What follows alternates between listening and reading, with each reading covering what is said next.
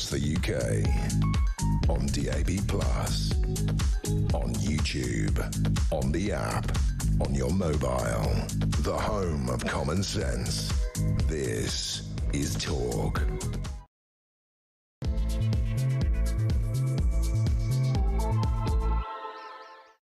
Very, very good morning to you. This is Talk with the Home of Common Sense. I'm Julia Hartley-Brewer. Whether you're listening on DAB+ radio or on your smart speaker, watching on YouTube or on your connected device, as always, absolutely fabulous to have your company. Don't forget, if you miss anything, we've had a couple of stonking shows already this week. Get back and have a look on YouTube. If you go to YouTube, put in the Julia Hartley-Brewer show. Nice and easy. No excuses for forgetting that.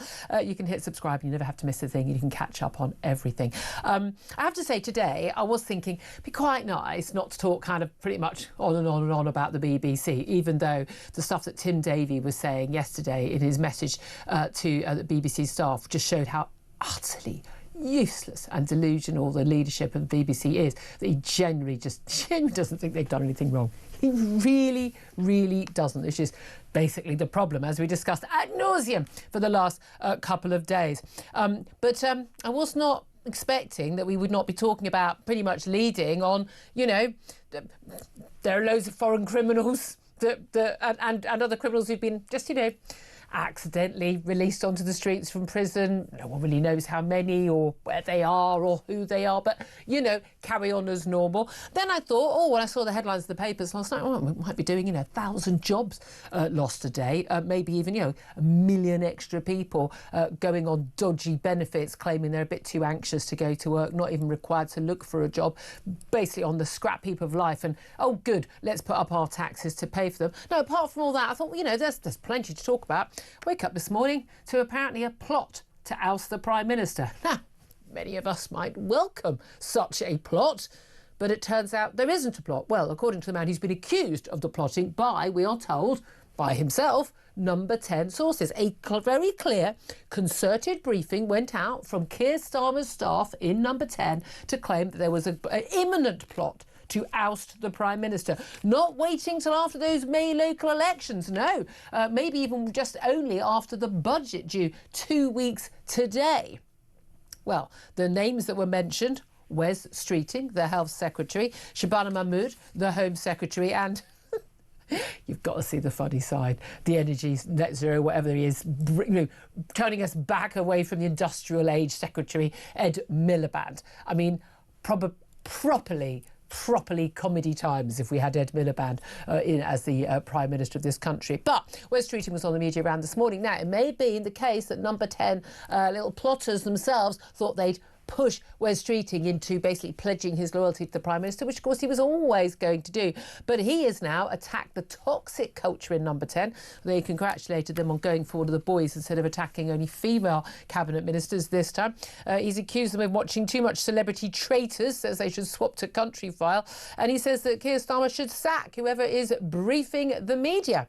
The plot thickens. So how much trouble is Keir Starmer actually in?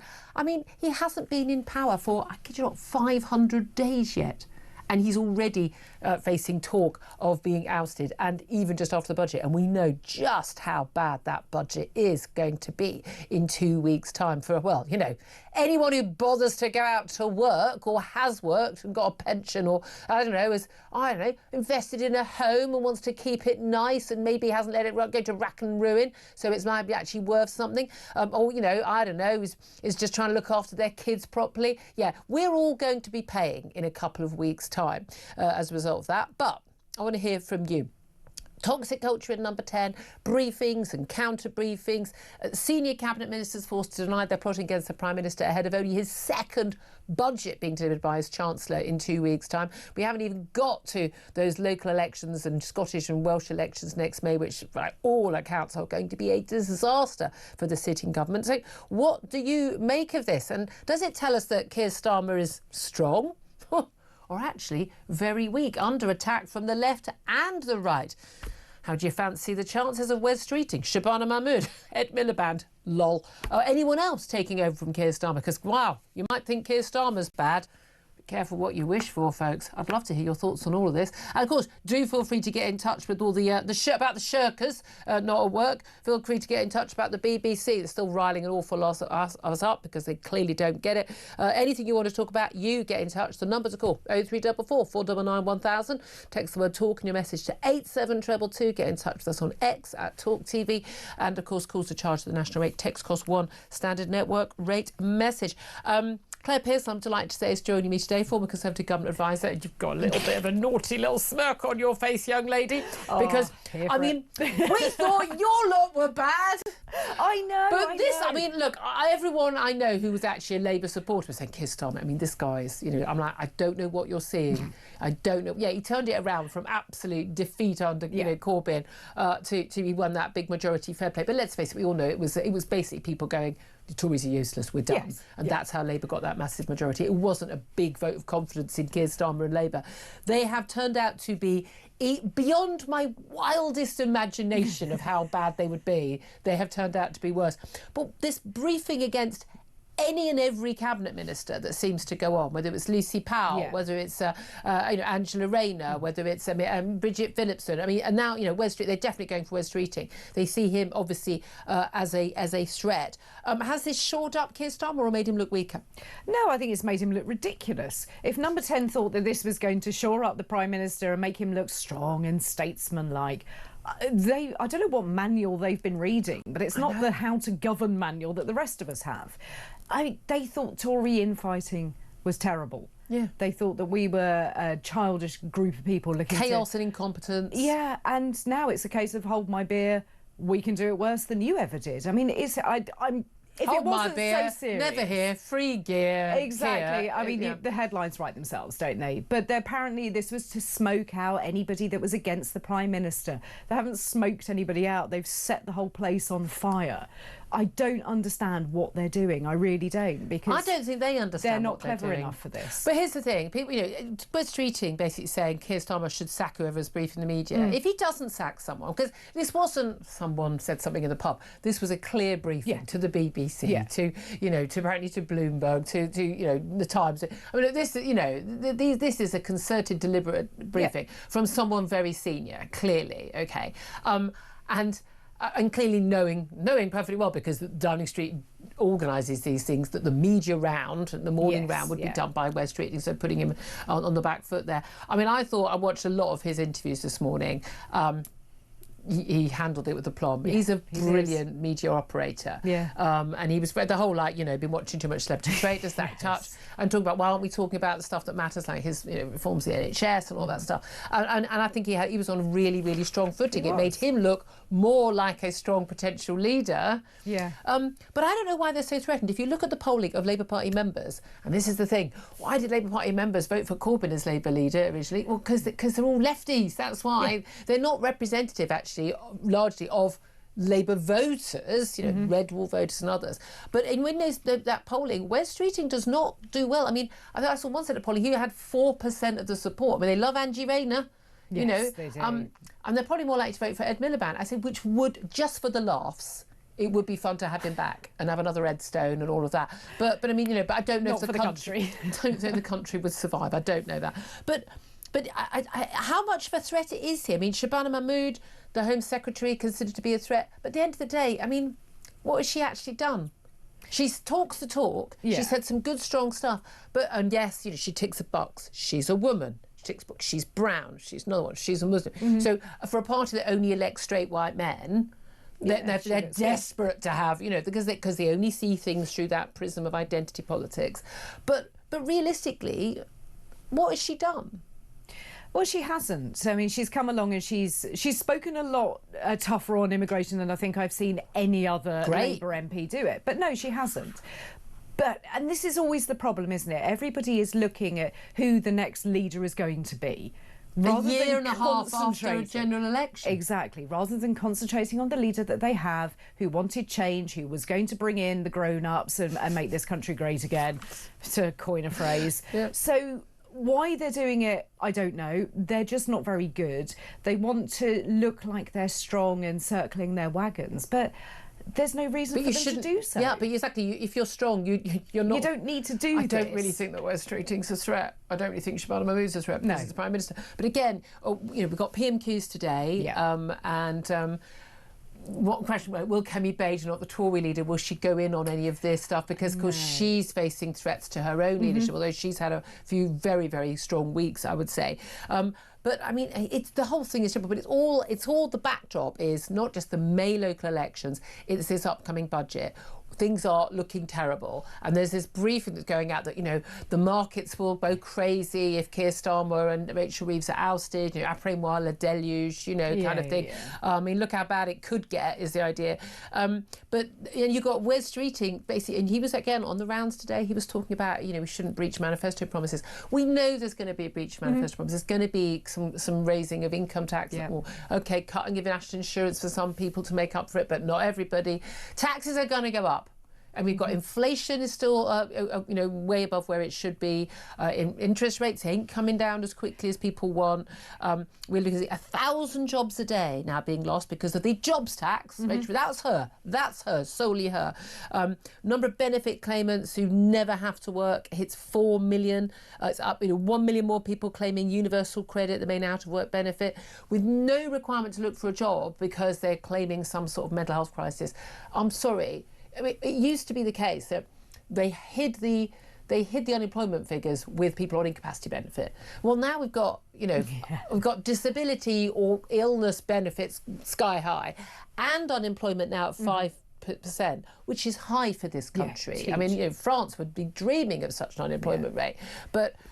I mean, there is not a single stat that is looking good. Things are going to get a lot worse before, if ever, they get better. Well, that's right. And not only do we have all of the jobs taxes, you have the employment rights bill. So employers are looking at it going, well, you're going to hit us financially, but you're now going to hit us really hard with employment rights. That means that even if we don't have... if we have somebody that we employ and it's not working out, we can't get rid of them. And I've certainly worked with somebody who did a fantastic interview, and I'm just like, oh my God, this person. It turned out, and I'm not over properly a psycho, proper full-on psychopath. I mean, literally mad. Yeah. And to the extent that I'm like, I literally won't even be in the same room as this person alone. They are so mad and dangerous. I mean, but they did a great interview. Oh my God, they were brilliant in the interview. And that's the thing, and every employer, you get these people who just, they talk the talk, but actually they don't deliver, or they're mad, or lazy, or useless, whatever. But either way, employers need to have that choice. And again, as even some Labour people are saying, what's the point of having employment rights if you haven't got a job? And we know that huge employment rights in France, I mean, massive, but actually they've got much higher unemployment because employers don't take people on.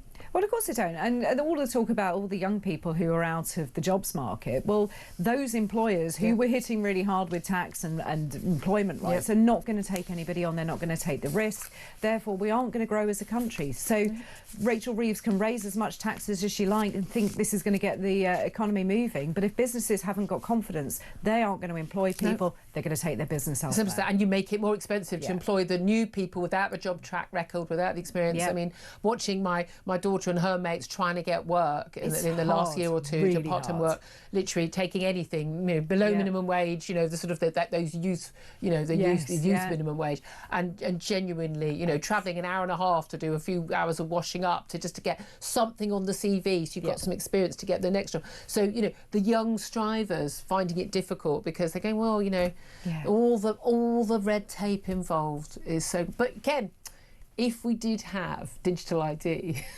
it would all be fine, right? Again, I really, really, really need X. I love my Twitter. I really need them to have a sarcasm. Font. They need that. Yeah, they really do need that, don't they? Digital ID would solve it all. But we simply cannot afford to have all these people on these sort of benefits, and not only are we paying for them, and it's not just the benefits they get; they're entitled to the housing benefit, but also the madness of the Chancellor looking at getting rid of or scrapping the two-child benefit cap. Yeah, we should absolutely be paying people to have a load of kids they can't afford to have. I mean, when most of these people, they go, they're working households. They're not working households. Dad is doing a couple of days a week. Yeah. Mum isn't working. You know why? Because she keeps having more kids. And I know we've got a demographic problem. I'm not entirely sure that a load of people who can't support the kids they've got already, having a load more kids, is really the best route out of that problem.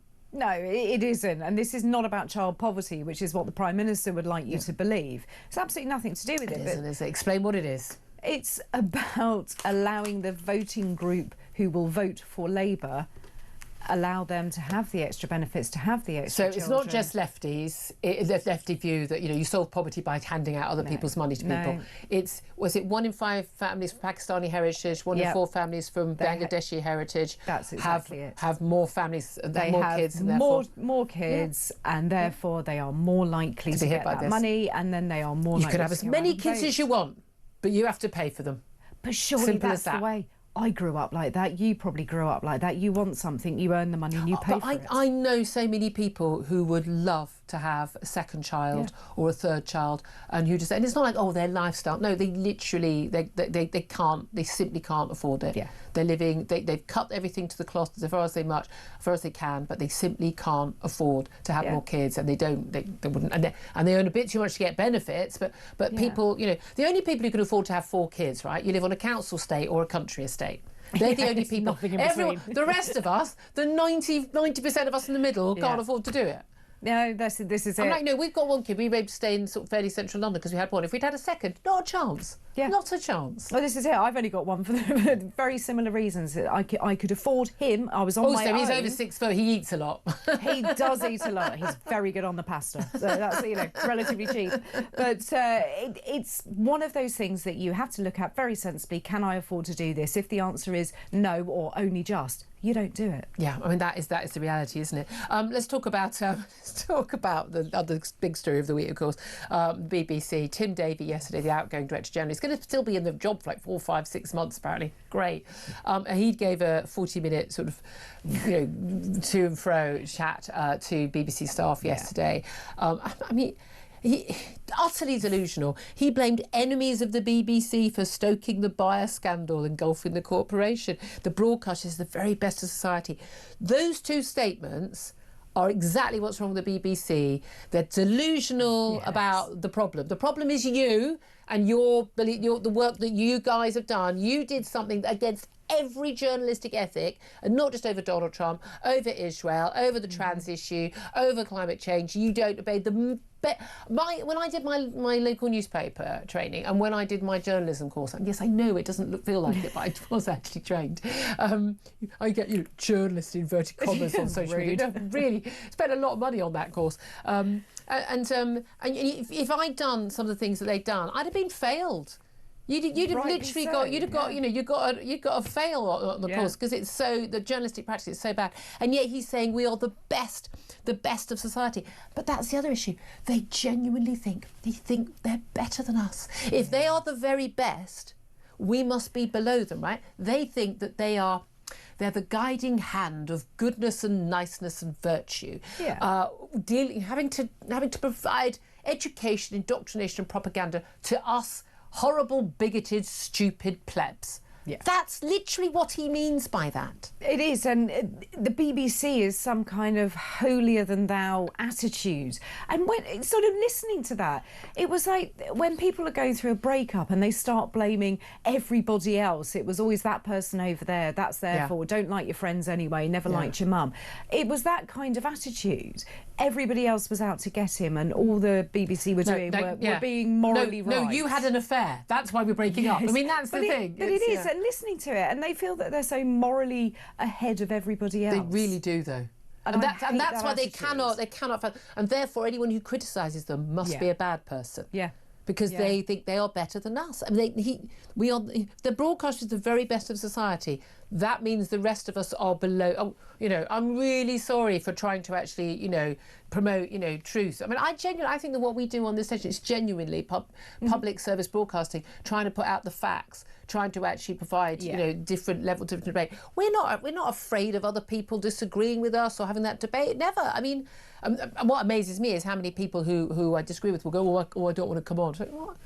You can have the platform. What are you scared of? What are you scared of? But that's what debate is. It's being able to have the benefit of a space where you can have that discussion, you can have a disagreement. It's fine. Nobody's and going if you to be think offended. you're right, you should be able to defend your. There's Absolutely. no one I wouldn't debate with, because I couldn't defend my arguments. You know, we had Donald Trump speaking in an American TV interview. Said he's got an obligation to sue the BBC. He's waiting for that apology by Friday, but he's already had the apology. That's the thing. We had the resignations of Tim Davie and Deborah Turness, the head of BBC News. We had those resignations on Sunday night, and that was after they had received a letter from Donald Trump's personal lawyer saying, you know, they demanded an apology. So there was that apology, sort of. There were the resignations, and yet he's still saying he has an obligation to sue. It's almost sort of comical, isn't it? Because I understand why he's doing it, and I think he's got every right to be very angry at the clip. You know, this is his words, his speech was misconstrued in a particularly egregious way. Misrepresented. It was misrepresented. It wasn't a mistake. It was a fraudulently put together clip, and they need to own up to that. Yep. With him suing the BBC, I don't actually think it's going to happen. Just the complications of the legalities. There will be a payoff. They need to apologise a lot better. Not a "I'm sorry if you were offended" kind of apology, but an absolute proper it's going to have on to your be. knees. I apologise. We were wrong. Mea culpa. And have done. And you deliberately misleading the public by deliberately splicing together two parts of the speech to distort what was said by the then presidential candidate. He was actually still president, wasn't he? In January 2021. But again, the show went out just ahead of the 24 election. They did that. The enemies of the I didn't do that. I didn't do that. Defund the BBC didn't do that. Nigel Farage didn't do that. Kemi Badenoch didn't do that. You did that, not us. Just finally, I must get to just a small matter. At least 3 more prisoners were mistakenly freed from jail and are at large. David Lammy had to admit in the Commons yesterday. He's been criticised for endangering the public. One of those is an Albanian drug dealer, released in error. He's been on the run for more than a year. I kind of figured we'd be leading with this today. I'm not going to lie. Any other normal day, we probably would have been. The statement in the Chamber of the House of Commons yesterday was a masterclass in how bad this government really are.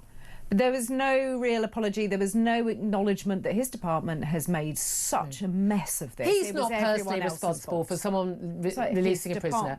Exactly. I mean, he isn't personally responsible. No. I mean, I do hate the sort of, he is Calamity Lammy. He is, and he's so pompous. You kind of ask for it. I do wonder if we'd be better off putting that French cab driver who he's in dispute with. Put the French cab driver in charge. I bet he'd be better at it. Oh, I think he would. He'd be great. I'm going to start a campaign. I'm going to start a petition. Anyway, I'd love to hear your thoughts on all of the stories we're talking about today. I mean, particularly on Starmer leadership, but anything else you want to talk about. I mean, we'll get to the WASPy women. Oh, yeah, and France now stopping fewer boats under the Starmer deal. Because, it's all going brilliantly. It's all going brilliantly. We're going to be talking about asylum seekers can be housed at Epping's Bell Hotel, a ruling from the judge in the High Court yesterday. We talked about that on the show yesterday as well. We have so much to get through. We're going to try and get to as many of the big stories as possible. And I want to hear your views on any and all of them. 0344 499 1000 is the number to call. This is Talk.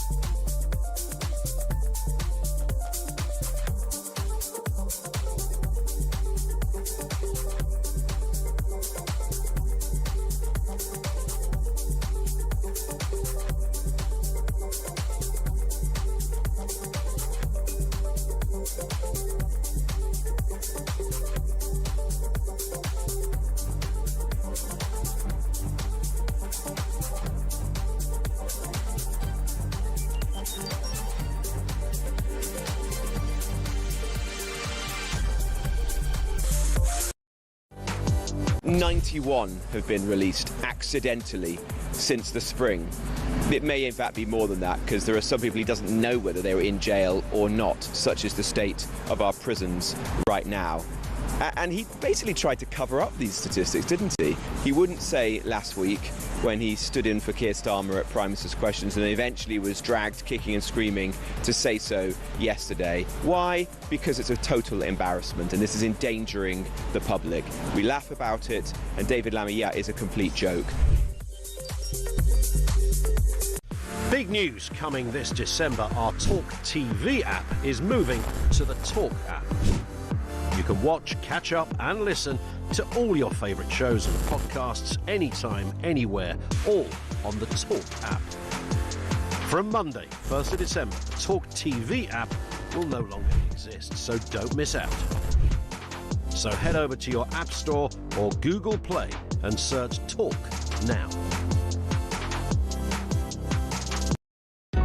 Across the UK, on DAB+, on YouTube, on the app, on your mobile, the home of common sense.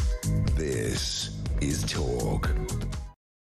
Morning, welcome back. It's 10:29. I'm Julia Hartley-Brewer. This is Talk. Let's get straight to your calls. 0344 499 1000. You want to have your say on Keir Starmer after this, apparently, this sort of plot to oust him by, we're told, Wes Streeting. The Health Secretary's going, no. He's criticised the toxic culture at Number 10 for all these briefings. And he says, well, basically, Keir Starmer needs to sack the people who are plotting against him. Let's talk about that now with Brian. He's in Lancashire. Good morning to you, Brian. Hi, Julia. Hello. What do you want to say? I'd just like to ask who they would replace him with, because I can't see anyone within the Labour Party that's remotely clever enough, or in many ways, I just can't see who they would replace him with. Maybe David Lammy would be a good solution, you know. It'd be funny. I mean, you know, just for the laugh. Ed Miliband, David Lammy, job share, just for the laughs. Yeah, great. But that's the thing, isn't it? When people talk about ousting, I mean, I've always thought that Wes Streeting, I like him personally. He's clearly a great media performer. He's a sharp guy. He's got a good sort of, that awful phrase, backstory of his life. But and I like him, but very unhappy about his views on Israel and his pandering to the Muslim vote in his constituency, because he's got a majority of about 500, and he's not been as strong on issues like trans as he said he would be. I mean, is he the great white hope for the party? I doubt it. I mean, I think he likes the sound of his own voice personally, but don't we all, darling? You're thinking there's no one. What do you think is behind the Downing Street briefing? Because it was clearly a deliberate briefing against Wes Streeting. Yeah, I mean, it's going all the time, isn't it? You know, I've been involved in politics for over 60 years, and you always get this situation when things are not right. Yeah. But things are a complete shambles. People elect politicians on promises, and we never seem to learn that these promises are absolute rubbish. Yeah. And we've now got the Reform Party, and we've got a guy in charge who's a personality, and people vote for personalities. You know, we've always seen that. Who shouts loudest, you know. But there's also an element where that they can't keep. Yeah, that is the thing. I mean, again, Nigel Farage, the last election, said he wasn't going to have a manifesto because no one trusts him anyway. But there is an element where you need a strong personality, whether it's like Trump or Bolsonaro or I don't know, something. You need to actually, Milei in Argentina, that actually a strong personality is needed to push through certain things. Yeah, that's right. I agree. But what I don't agree with is that people are so gullible, still believe in the promises that are made. We'll listen to the Reform Party now, and there's a good chance if there's an election that they would be elected, but they can't possibly keep to the promises that they're coming up with. It's interesting, Nigel Farage is already downgrading some promises about tax cuts, because they know that is simply not good. This is just not going to be an option, just simply if you do the numbers. Appreciate that, Brian. Very wise words. Carl is on the line in Liverpool. Hello, Carl. Good morning, Julia. Good morning. Yeah, so this coup to try and get Keir Starmer out, I'm surprised it's taken this long, to be honest, because from day one we've seen nothing but scandal, lie after lie. I mean, it worries me to who we get in if this goes ahead, because, you know, like you were just discussing then, David Lammy and Miliband, you don't really feel with a lot of confidence, considering they can't do their own jobs to a good standard and they're being pitched around. So if it does happen, then are we in a worse position than we are now? Yeah. Does it get better? We don't know. And are we willing to test those waters? I mean, Labour MPs, look, if Labour MPs, if we get the budget, there's a massive backlash to that. I don't know how much further they can go down in the polls, but I mean, really, from where they are. And then you get an ousting, I mean, absolute trouncing at the May elections in Scotland, Wales and local elections. They're going to be worried about, let's face it, paying their own mortgages. That's what this is going to come down to. They want to keep their jobs in 2029. So they're going to be willing to try anything, aren't they? They are, Julia. And if I may just pop over to the budget quickly. So I've got 3 children. I have another on the way, so I'm going to have 4. I can afford to have my 4 and be comfortable in a way. But we've sent so much money abroad foreign aid. But a couple of weeks ago, we gave 111 million for contraception to another country. Yeah. I'm sorry, but this country is on its knees. People in the indigenous population, and me, you, and everyone else, are struggling. Everything's gone up in the world, yet we still give money away. I don't understand why they're looking outside this country to give help to other people. And there's a big difference, isn't there? Like proper long-term help, in terms of, I don't know, helping with water and jabs if that is necessary, or in an emergency. But just throwing away our money on these schemes. And we've been paying, was it 35 million training tax collectors or something in another country? I mean, it's just mad. Carl, thank you very much, Steve, for that. Well, that budget is going to be, not happy days for us, that's for sure. Let's take a quick break. Up next, we're going to talk to a Labour councillor, Brendan Chilton, about what is going on in the Labour Party and what is the solution to where Labour is in the polls, other than getting rid of Keir Starmer. Or is a change of personnel not really going to do it? We'll find out what he thinks up next. This is Talk.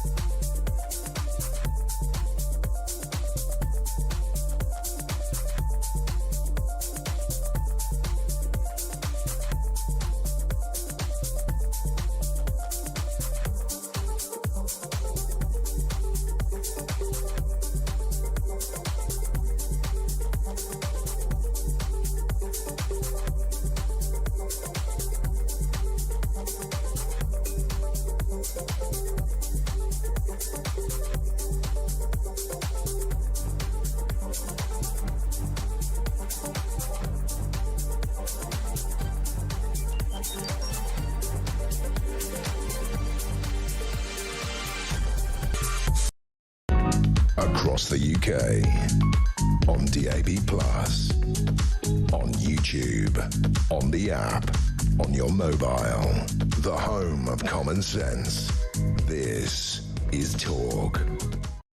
morning, welcome back to the show. 10:38 is the time. I'm Julia Hartley-Brewer. Claire Pearsall's still with me. She's a former Conservative government advisor. She's enjoying the fun and games with number 10, briefing and counter-briefing, and is there a coup, isn't there a coup? But I wonder if my next guest is, we'll get her thoughts on what he has to say. Brendan Chilton is a Labour councillor. He's also Chief Executive of the Independent Business Network, and a good old friend of mine as the former leader of Labour Leave, a good fine Brexit here. Brendan Chilton, welcome back to the show.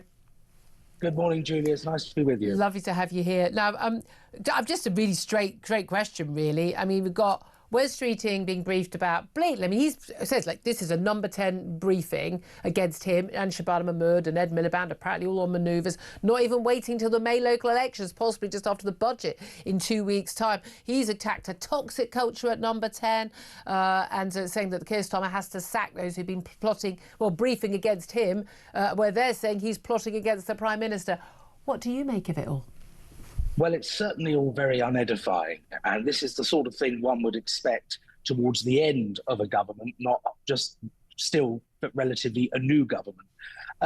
Let's just deal with the two things separately. If there is some sort of coup underway, my suggestion to the Health Secretary would be to focus on continuing to get waiting times down, deal with the problems in cancer care in the UK, sort out the fact we've got a tobacco ban going through that doesn't include Northern Ireland, so kids over there are still going to be able to smoke. And also they're still going to be able to smoke here. They'll get them on the black market, my love. Yeah, yes, yeah, absolutely. It's probably going to create like matters they do worse. Right now. Exactly. And then, of course, all the other issues in terms of social care. So there's a whole range of things he needs to be getting on with and delivering.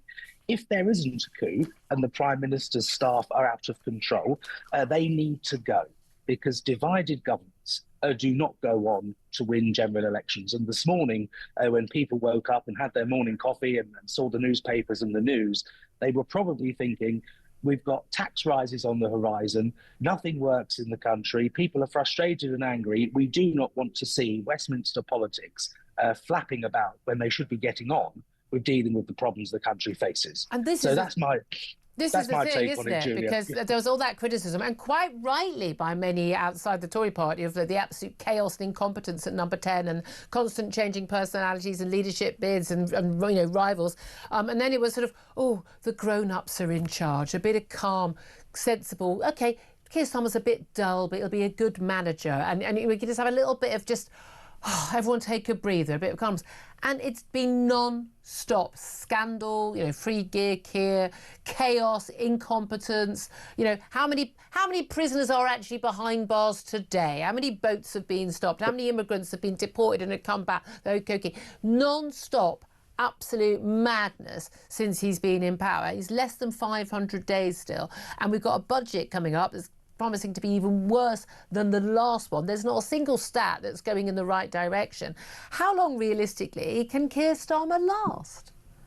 Well, I think, Julia, before just coming to that point, if I could just say, I think central to all of this is something that actually Barry Gardiner MP said last night, that the country looks to this Labour government and doesn't quite know what it stands for and what it's trying to achieve. No, it's worse than that. The Labour government doesn't know what it stands for or is trying to achieve. Well, I think there's probably an element of that is true. We came in on this promise of change and nobody quite knew what change was. And, there are things one would expect from a Labour government, namely more spending on public services, better rights, etc. But we wouldn't be expecting doctors' disputes, which are currently going on, and more strike action. No. Those of us who've paid attention for the last 50 years, can I just say, when you give the doctors exactly what they've asked for, we all said they're going to come back for more. And guess what? They haven't. We've got another set of 5-day strikes starting on Friday. And that's just jumping back to my earlier point. If the coup is happening, I'd sooner rather our ministers were dealing with that than actually manoeuvring in Westminster. But coming back to Keir Starmer's leadership, there's no escaping the polls. Keir Starmer is rated as one of the most unpopular prime ministers on his personal ratings. No, he's not. The worst. Yes, the worst. So I'm trying to be generous as I can on this difficult day. But the fact is that needs to turn around. We have got a budget at the end of the month, which is not going to be pleasant. And if the opinion polls are correct, we obviously face very, very, very disastrous elections next year in Wales, in Scotland, and around the rest of England in local elections as well. And it is a natural thing for people to say, if it's going this badly, what do we need to do to change? Now, I look at political history, and we have had prime ministers. I appreciate Keir Starmer is rated as the most unpopular prime minister, but there have been unpopular prime ministers in the past who have turned things around. I think of Blair after Iraq, Margaret Thatcher before the Falklands War, and they have subsequently gone on to win. But we need to see a turnaround pretty fast now. And that's the thing. What's going to lead that? Because that's the thing I do wonder, and I said this at the time of the general election as well. That the stuff, whether it's with Liz Truss, Rishi Sunak, whoever it is, the stuff in the in tray doesn't change, and when it's Keir Starmer, it doesn't change, and if it was Wes Streeting, it doesn't change. There is no money left. You can't borrow anymore because of the rate of the interest that is being paid. There is exactly the same issue in terms of waiting lists, whether you've got a blue rosette on or a red rosette, or frankly a teal, turquoise rosette on. Doesn't make any difference. It's whether it's your ability to deal with the issue. Is a change of personnel, is that the change? Would Wes Streeting, would Shabana Mahmood, would still makes me laugh, Ed Miliband, would that make any difference? I don't actually think a change of leader right now would make any difference, Julia, because of precisely what you've just said. The in-tray is still there, and the economic woes of the country are not going to simply change just because we change the occupant of number 10 and number 11. I think the problem Labour has got, and it is something that is, I think, intrinsic to the party, we do believe as a party in the power of the state. But I think what we need to do is go back to the days when Blair was Prime Minister and actually believe in the power of the private sector. If you make it more expensive to employ people, people will lose their jobs. If you tax business too high, business in the world we live in today, we're mobile, you can move abroad or to other countries, they will do that. We need to make the UK a competitive country, a low regulatory country.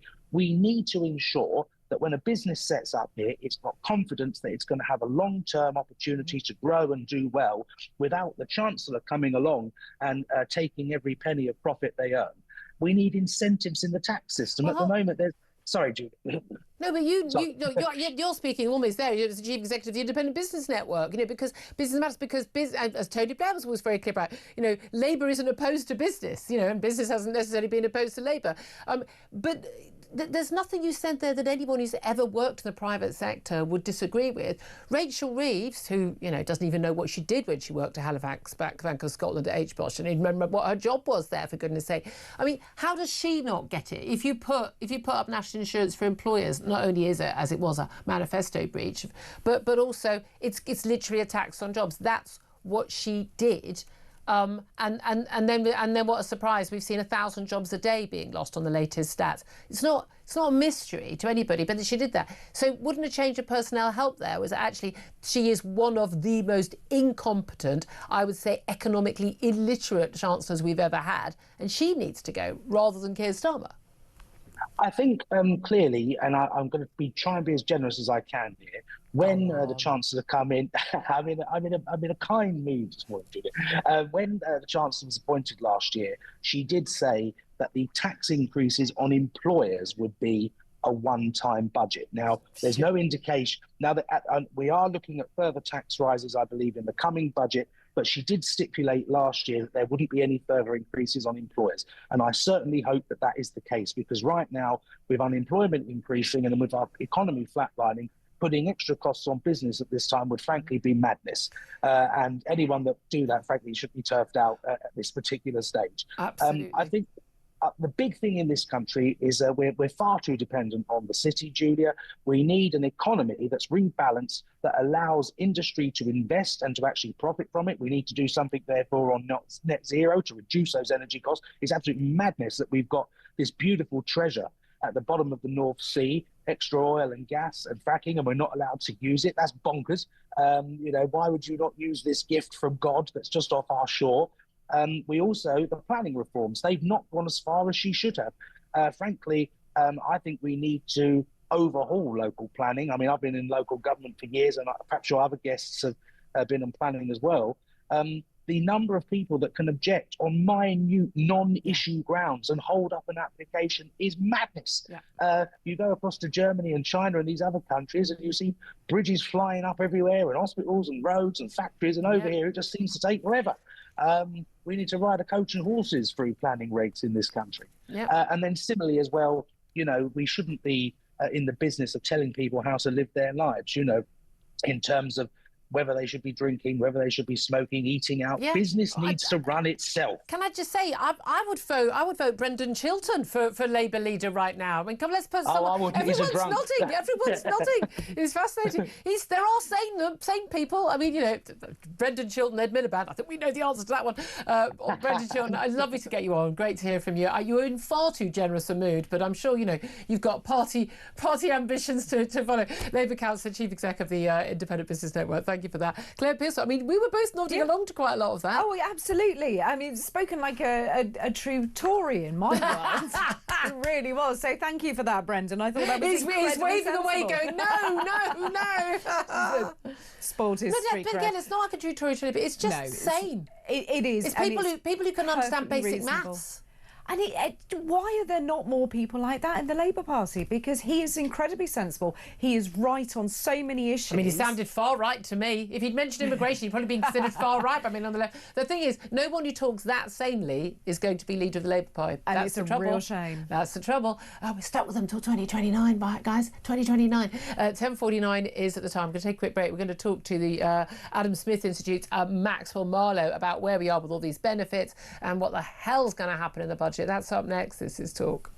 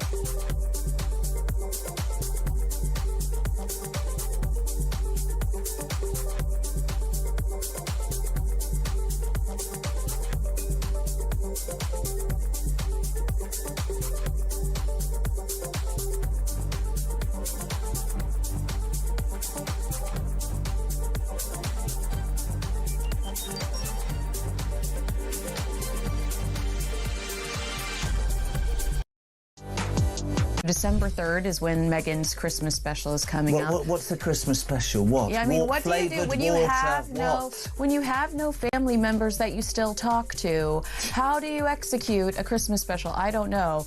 But yeah, I mean, what's so interesting to me is that the Kardashians have since removed all the pictures that they had posted of Harry and Meghan from the event. They just don't get any luck, do they? Even the Kardashians, and then, you know, let's be honest, they're not the higher echelon echelons of society, financially they want nothing to do with them now.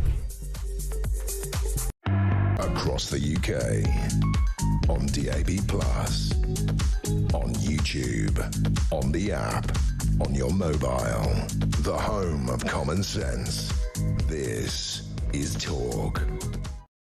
Morning, welcome back to the show. 10:53 is the time. I'm Julia Hartley-Brewer. Let's talk more about the economy, because, wow, we're going to talk a lot about that over the next few weeks. Budget 2 weeks today.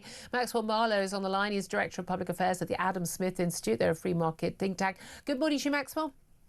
Good morning, Julia. How are you? Oh, very well indeed. Always good to talk to you. I just want to ask you first about the shenanigans going on number 10, all about the budget. Basically, there's going to be a challenge possibly, by Cabinet Minister Keir Starmer immediately after the budget if it goes down badly. Look, the reality is the budget's going to go down badly. It will go down badly. Now, I've spoken to some Labour sources of mine who are working in and around the Labour Party. They think that essentially Morgan McSweeney, who is the sort of dark arts professional behind Keir Starmer and his government, has essentially attempted to head off a leadership challenge by putting out Wes Streeting and briefing against him. There's a slight problem with that, though. Wes Streeting is probably one of the most capable and eloquent ministers in this government, and I'll say I think he absolutely smashed it. He actually did something this morning that politicians shouldn't do, which is make me laugh. I told some very funny jokes. Everyone's been working. I'm not doing a plot. I also didn't kill JFK. I didn't. He was a good performer. But the reality is, this is going to be a very tough. It's going to be a tough few weeks for the government. Tougher for us. Tougher for the taxpayer in terms of what we're going to expect. And it's all on the backdrop of various different stats on the front pages of the papers today. 1 million more people now claiming benefits without any requirement to look for a job, i.e. because they're considered too mentally or physically unwell to do that. 4 million people in total. Number of benefit claimants never having to work, say hitting 4 million for the first time.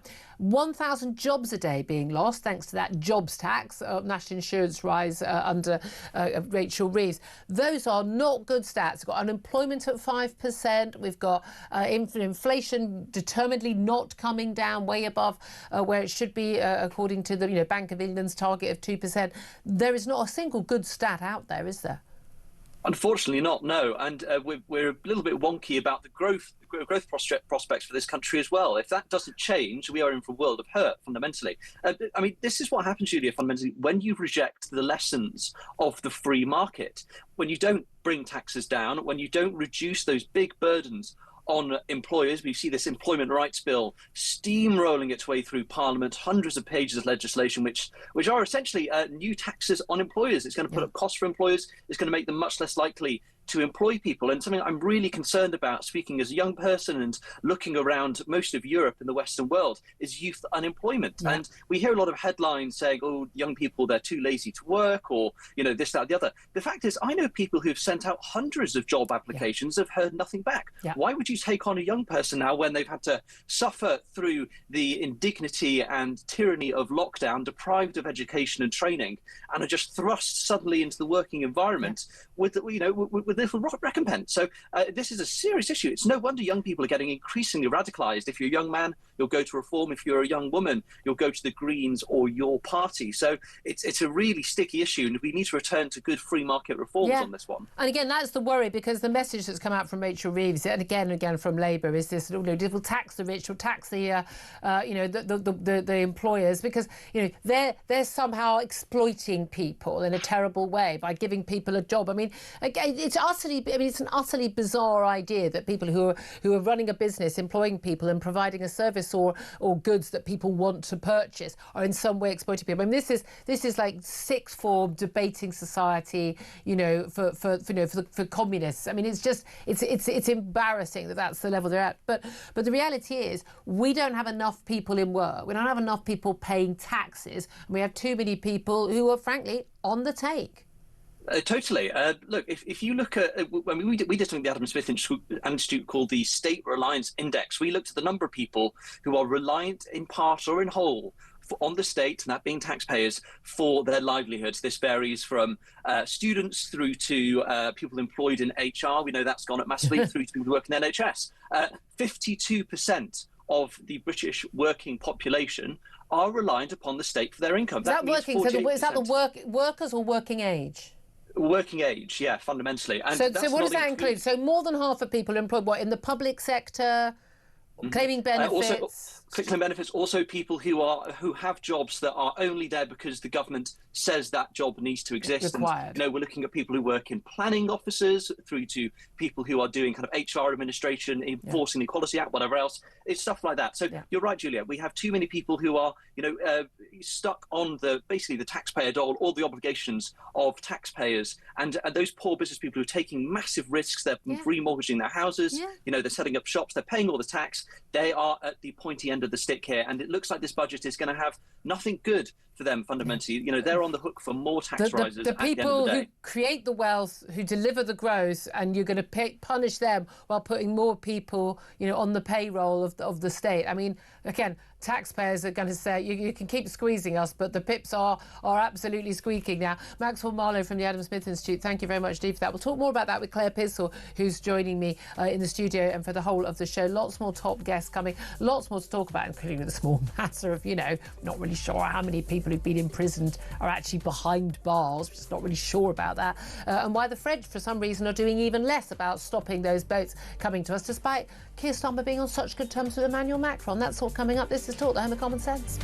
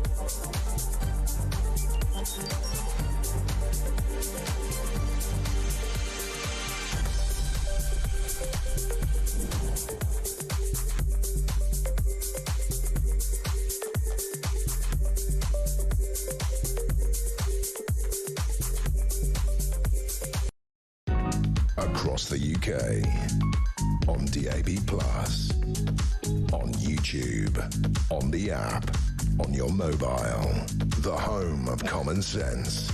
This is Talk.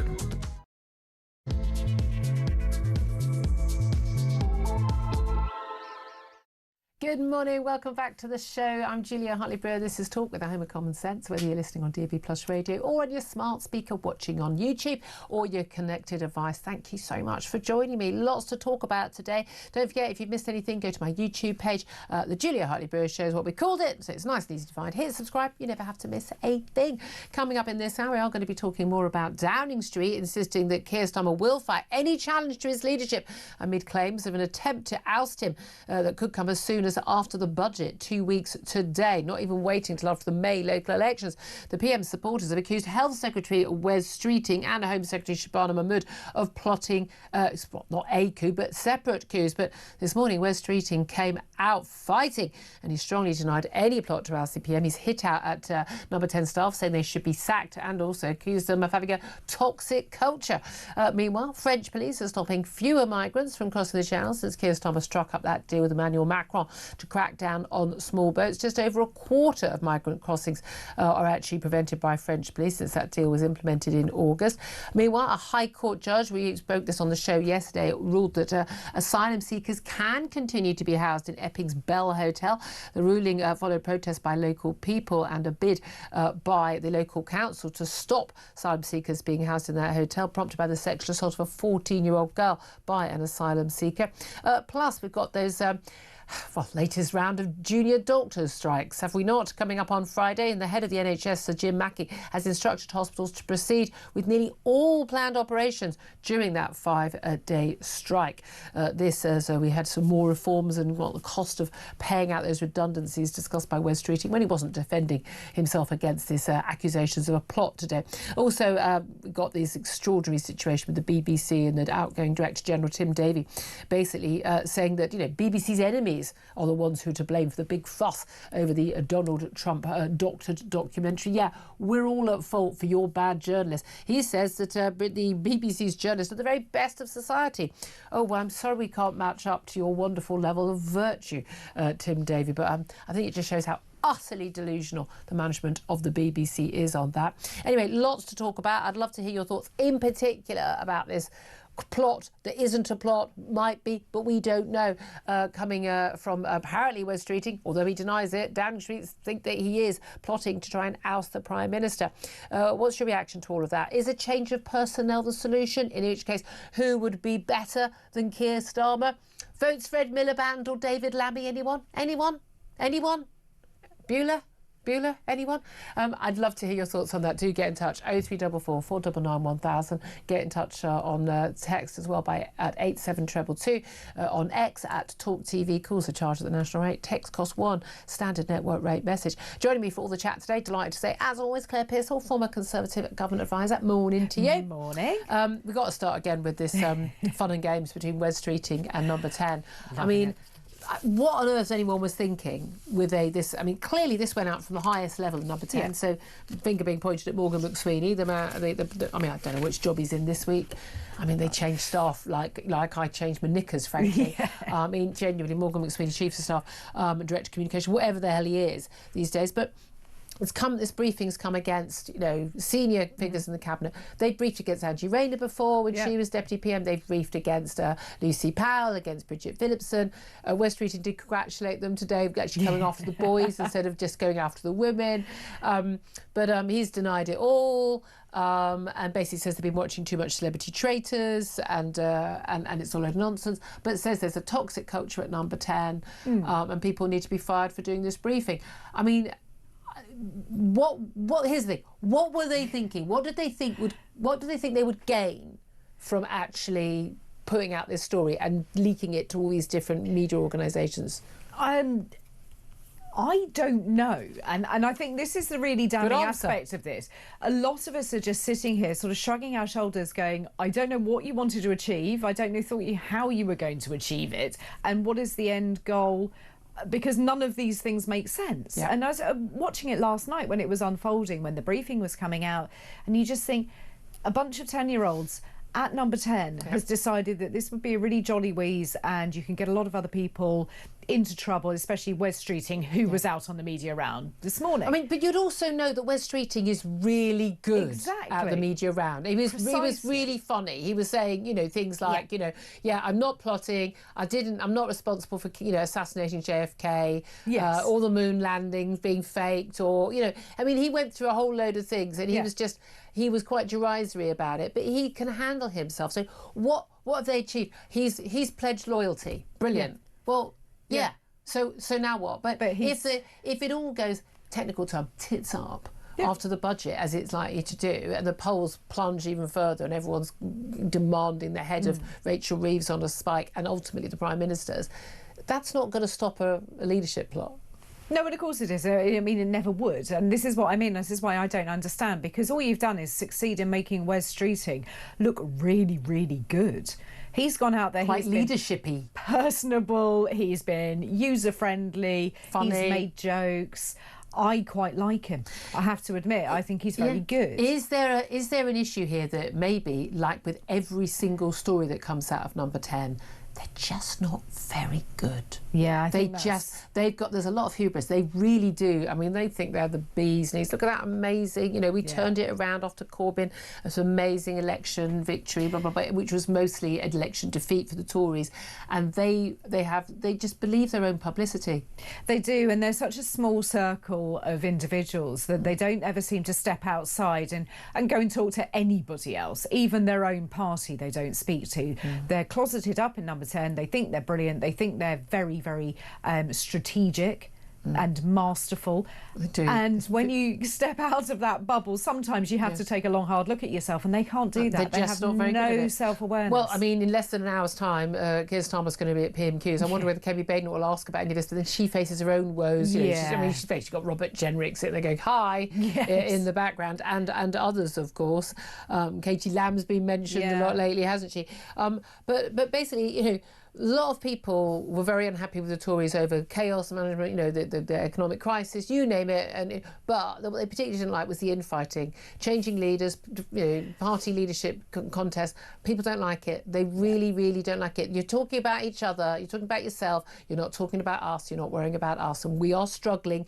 We're not, we're going out to work every day, or increasingly people not bothering to go out to work every day. We'll talk about that in a moment. And we need you to be focusing on us. And the reality is they're not. It's all about it's rubbing shoulders and trying to get ahead, as opposed to worrying about the people. And at the end of the day, voters will not look kindly on any of this. Well, they won't, and they didn't. So I think last year was a testament to that. The Conservative Party absolutely decimated at the polls, and probably deservedly so for an awful lot of the actions that took place. We did go through leaders like we were changing underwear, and it's not a good look to get somebody in office and then get rid of them because you don't like them. And here's the thing again, as we were discussing with the previous guest, the stuff in the in tray, the numbers, the basic math, none of it changes, whether it's a blue rosette, a red rosette, a teal rosette, whether it's a Keir Starmer or whether it's Wes Streeting or Shabana Mahmood. Nothing changes. The numbers don't add up. You've got fewer people working, unless someone is willing to I mean, we are talking about gripping the bull by the horns, and I've made it very, very clear. I will be willing to leave my job and to go into a job where I don't care how much of a hate figure I become in terms of either mass deportations of illegal migrants, getting that sorted. I'm happy to do it when it comes. Happy to work in welfare and get people off. I'm literally no. You have to go and get a job. I'm genuinely of the view people will work when they're hungry enough. I would be as ruthless with other people's children as I would be with my own. About work ethic, and I'm literally. I mean, workfare camps if that's what's necessary. I think this country needs such a massive shake. We literally need to take the country by the shoulders and shake everybody and go, wake up. Wake up. You cannot have these you can't have like Germany level, or Norwegian level benefits when you're not paying that level of tax. If you want that, you're going to have to pay more tax. You're going to lose the nonsense of the NHS, and you're going to have to go to an insurance system. Yeah, we'll pay for the poorest people, that's fine, but you're going to have a reality check on that. But you've got to get people off welfare, and I don't mean saving 5 billion quid. I mean millions of people being told, no, you're not eligible for welfare. Tough, not going to happen. There is so much that needs to be done, and it needs to be done urgently, because I think we are running out of time to turn our country around. I mean, I don't disagree with you, and I think the problem that you've got with politics is that politicians are only ever looking in 5-year blocks. So they're never going to do something which is going to affect them in 4.5 years' time. Now 3 years. But then you look at Milei in Argentina, and the prediction that he would get trounced in the parliamentary elections because actually, people were having to really tighten their belts under his reforms to save the country's economy. Massive support for him, because people get it. But people always forget this. Austerity, so unpopular under Cameron and Osborne, 2010 under the coalition. Who won the 2015 general election? The Tories. I know. People aren't stupid. People get it. They get it. And I think if they can see the point of what you're trying to do, even if they disagree with you, actually people will go, you're not being cruel. This is going to be painful, but ultimately I'm going to end up better off. I'm going to end up with, much nicer house and a better job. Does anyone think that Shabana Mahmood or Wes Streeting or David Lammy or Edmund, anyone else, do you think any of those people would do a better job than Keir Starmer? He's rubbish. Would they do a better job? I think my cat would do a better job. I really, really do. Vote Claire's cat. What's your cat called? He's called Tango. Vote Tango, everybody. I'm in the Tango party.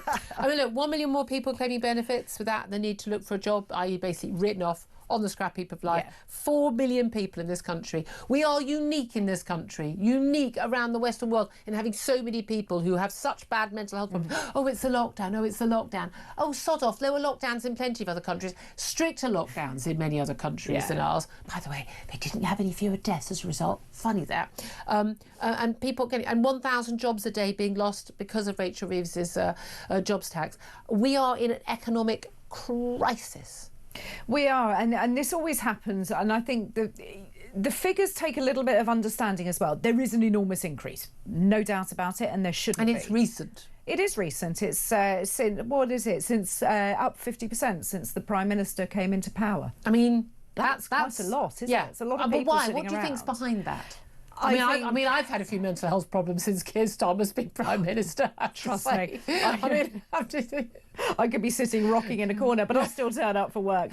I don't know. There's a lot of things. If you start to unpack it, the migration from legacy benefits onto universal credit will increase the figures because you've taken everybody off of varying different benefits and saying you now claim universal credit. Yeah. That will account for an increase. The new increase with people with leave to remain, indefinite leave to remain, that I think needs to be looked at. That's a worry. People with refugee status now claiming also needs to be they basically, as soon as they've got that status, then they're entitled. So we need to look at that. Which is weird because, as you know, these people are all working as engineers and doctors. Well, they are. I just want to make that point every day. Just want to make that point. These people are all net contributors. And then you've got those who claim that they cannot work through ill health. Now, there are some genuine people out there who cannot work because of the condition that they have. That's a small percentage. And we need to help those people because we're a civilised society. Of course we do. A friend of mine's got MS. Yeah. Absolutely give all the help to him. He has worked up until a certain point. But you're genuinely not helping. You're just not helping people. If someone's a bit anxious. Yeah. I mean, again, it's so painful. It's so painful.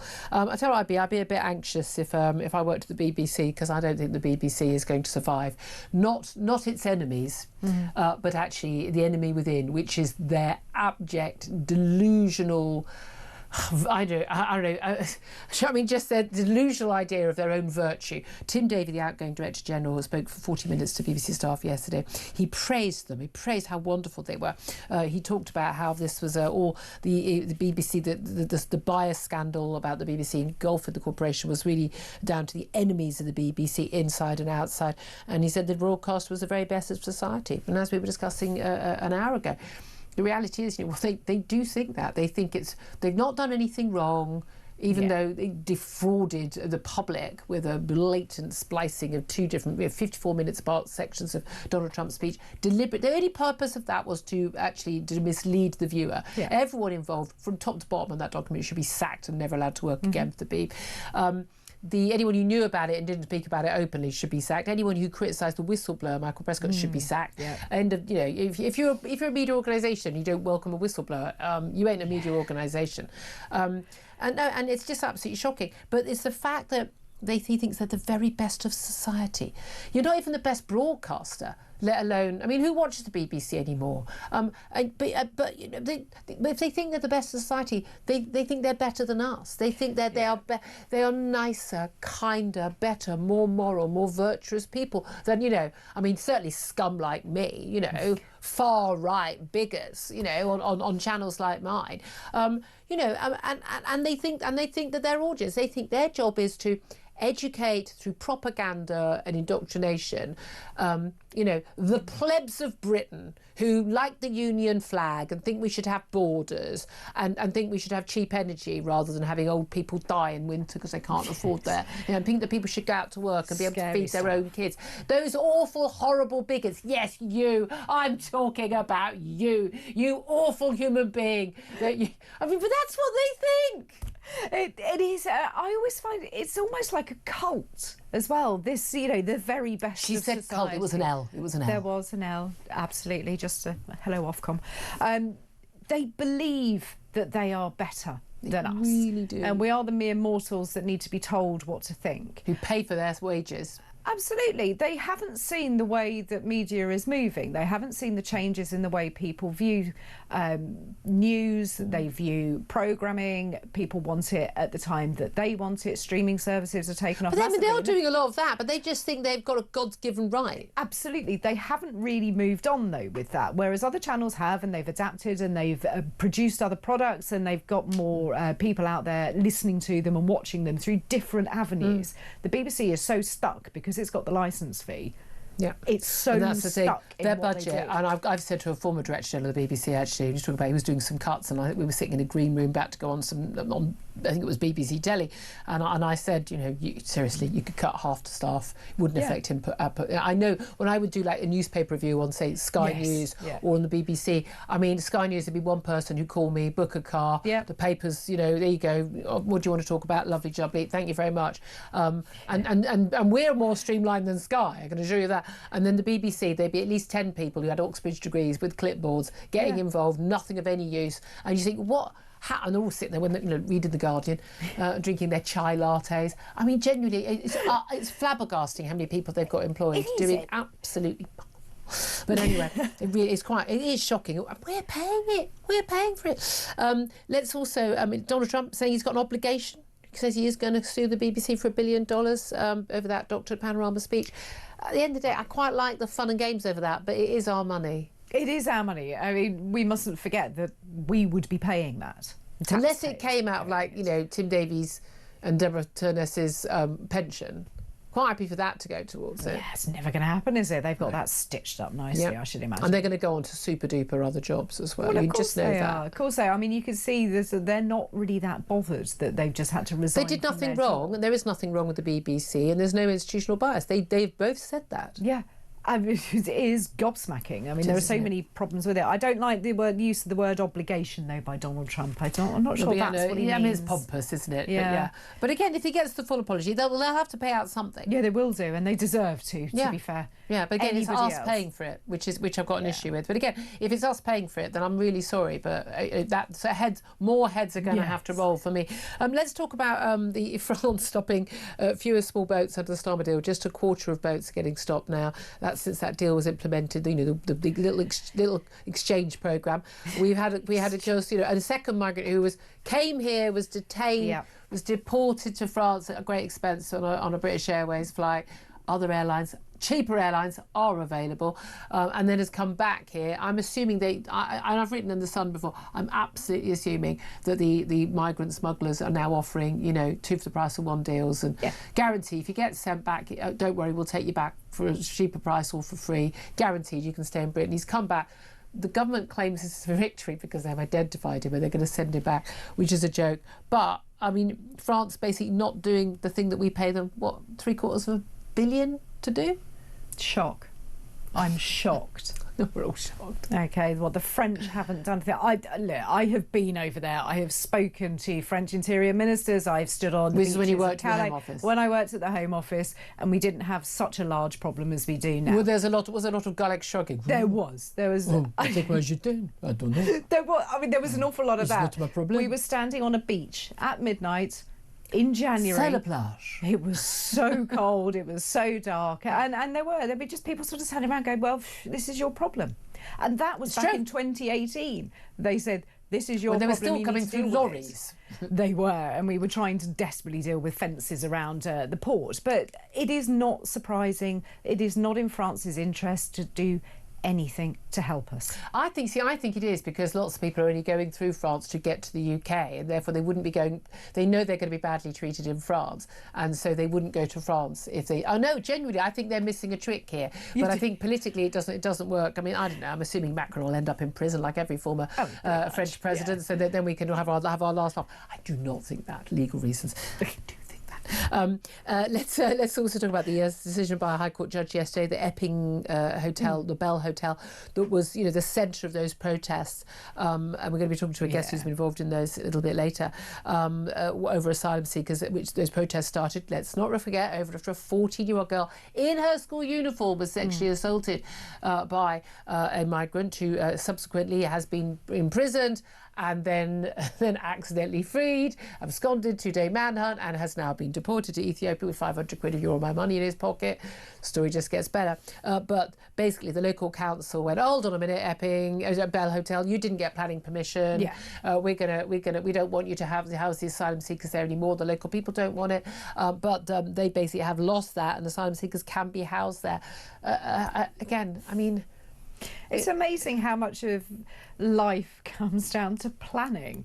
As you were talking about with Brendan Chilton earlier, planning laws are one of the things that underpin this country. It's the one thing that gets everybody agitated. And in this case, you have a hotel which has got a change of use to not being a hotel. And the judge seemingly has said, well, actually it's fine, you've still got people staying there, you've still got people in rooms, so therefore it's fine. And it's like, well, no, right, the planning laws in this country are such that the local authority gave them permission to open as a hotel, not as a hostel. Well, and that's the thing, my local hotel that is now a hostel, I've checked, there's been no planning application to change the status. But again, if they close the hotel, they're going to be put into local housing.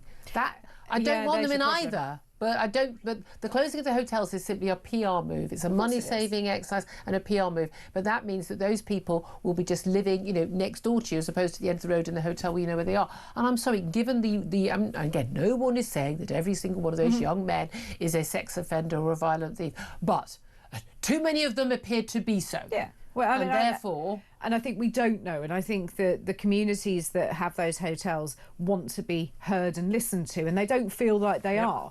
And I agree with you. They don't feel like they are because they're not. No, and I agree with you. I don't want them sort of put into houses of multiple occupation in a street where there are children and we don't know where they are. But also, local people need those homes. That's the reality, don't they? So much more to talk about. I want to hear from you. Calls on any and every topic, particularly on the madness of this sort of toxic culture at Number 10, where they're briefing against cabinet ministers. I mean, they briefed against virtually everybody, haven't they? I mean, basically, they'll be briefing against the Prime Minister next. They don't really need to brief against him. He does enough of a bad job himself. But I'd love to hear your thoughts on all of that. 0344 499 1000 or anything else we've been talking about. Lots more top guests coming and your calls. This is Talk.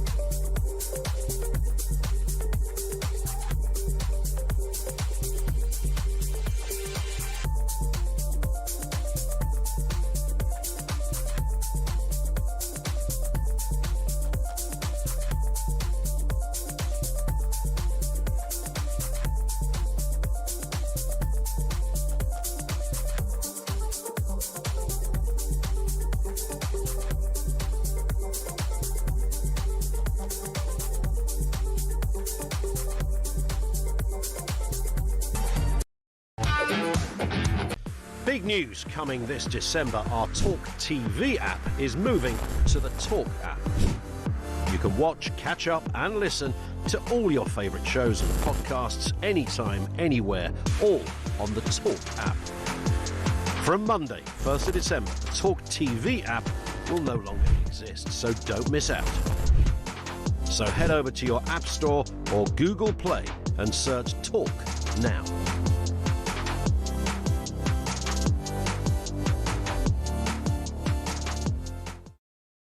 Big news coming this December. Our Talk TV app is moving to the Talk app. You can watch, catch up and listen to all your favourite shows and podcasts anytime, anywhere, all on the Talk app. From Monday, 1st of December, the Talk TV app will no longer exist.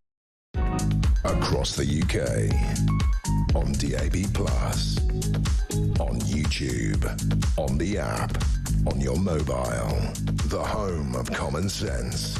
This is Talk. Morning, welcome back to the show. 11:29 is the time. I'm Julia Hartley-Brewer. Claire Pearce also still here. Just seen a picture of Tango the cat. We are moving. Sod anyone else. Tango the cat party. I'm voting Tango. Vote Tango party. Come on. Got to have it. He is an orange cat. And he'll talk a lot more sense than the orange man, the orange cat. I'm just saying, there's a message in the universe there. Anyway, let's get to your calls. Andrew's in Hertfordshire. Andrew, you want to talk about how well it's all going at number 10, don't you?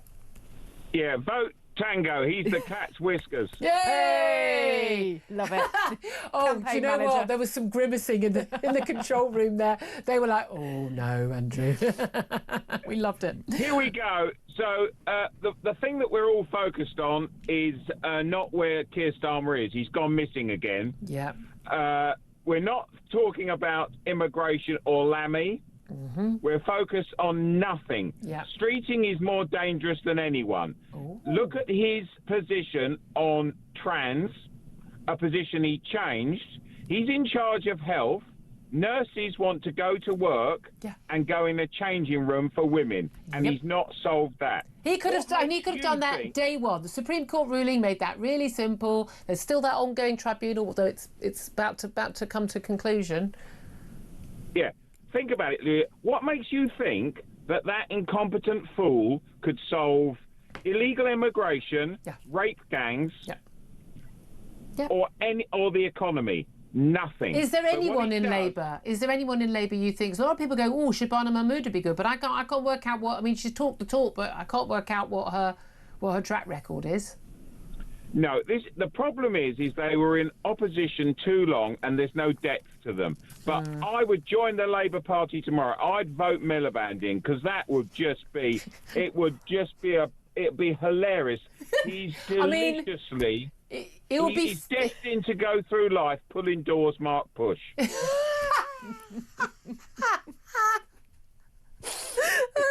That is literally the best description of that man I've ever heard. But genuinely, it would be funny for a few minutes, and then the disaster would hit. Yeah, but the markets will destroy them next. Once the local elections happen, after this, once they were finished when they taxed jobs. We've done this before. Yeah. They were finished. Now, what's going to happen is that the budget will be shambolic. It'll annihilate Middle England. The votes next year will be horrific in the local elections, and he's gone, and they're done by September next year, because the markets, as Clinton said, the one thing he couldn't control was the bond markets. The bond markets will destroy the UK government's policies. Not the UK, it's not personal to us, but the price of money is going one way, and it isn't down. Yeah, absolutely. Andrew, that's fantastic. A really great call. I'm still chuckling about Miliband's gone through life pulling doors, Mark Push. Literally epitomise it. Anyway, thank you for that. Jason, you've got a hard act to follow there. Jason's on the line. Good morning to you. Morning, Julia. Thanks for taking the call. Thanks for calling. Did you have a nice holiday? I had a lot, mate. I can't even tell you I had a lovely holiday. Where did you go? I went scuba diving. You didn't happen to see our missing Mr. Starmer sort of on his little snorkel? He wasn't. I was looking for him. I've got my little goggles on. I'm like, I never saw him. No, I saw some sharks, but you know. Not Mr. Starmer. That's a shame, isn't it? You could have stuck your foot on his head, look, and sort of stopped him from re-submerging. Oh, harsh. What do you make of where we are at number 10? Is it toxic? Is there a plot? Should there be a plot? You've got to laugh, because otherwise you're going to cry, aren't you? I mean, it's just like a circus. It's like, who's the next ringmaster going to be? It's not going to get any better, because they're all tired of the same brush. They're all incompetent. They're all socialists. They're all left wing. It's not going to get any better, is it? Do you think that Keir Starmer survives? Well, I don't think Rachel Reeves survives the budget. I mean, Keir Starmer's keeping her around to deliver the bad news of the budget, and then she's going to be the sacrificial lamb, I think, after the May elections. But do you think he survives? Well, I reckon if Rachel Reeves goes, she's propping up Mr. Hindsight at the moment. If she goes, I reckon he's not going to be far behind. But wouldn't it be entertaining watching Mr. Lammy in PM questions? It'd be like every week all over again, wouldn't it? I mean, it would be fun. I mean, like, genuinely, that's the thing. You think, if they're basically saying, look, it could be even worse after us, and you think, oh, it actually could. That's the scary thing. If Keir Starmer, Rachel Reeves are the grown-ups in the room in the Labour Party, that's how bad things are. Jason, thank you very much for your call, and Andrew as well. 11:34 is time. We'll take a quick break. Then we're going to be talking about, just the extraordinary situation where we've got a judge ruling that, the Bell Hotel in Epping does get the right to carry on housing asylum seekers. And why on earth is France not stopping as many boats as it used to? It was pretty hopeless before, but it's got even worse. Well, we're going to be talking to an Epping Forest resident, Sarah White, about that. This is Talk.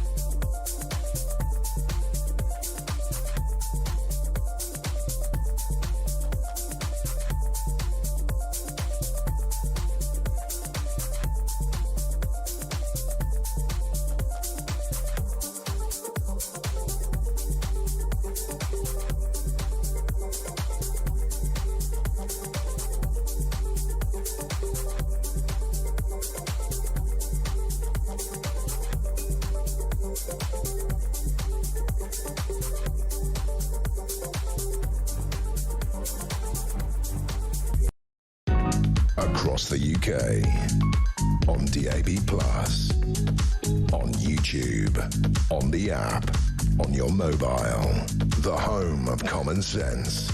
This is Talk. Good morning, welcome back to the show. 11:37 is the time. Well, let's talk about migration. I mean, instead of, government's failure to deal with anything and talking about themselves as per usual, let's talk about what is going on, not just in Epping Forest, but what's going on the beaches of Calais as well. Sarah White joins us. She's the Epping Forest resident and also one of the many campaigners against the asylum seekers being housed in the Bell Hotel. Of course, that was the scene that sparked those protests from the summer after a 14-year-old girl was sexually assaulted by an asylum seeker. Good morning to you, Sarah.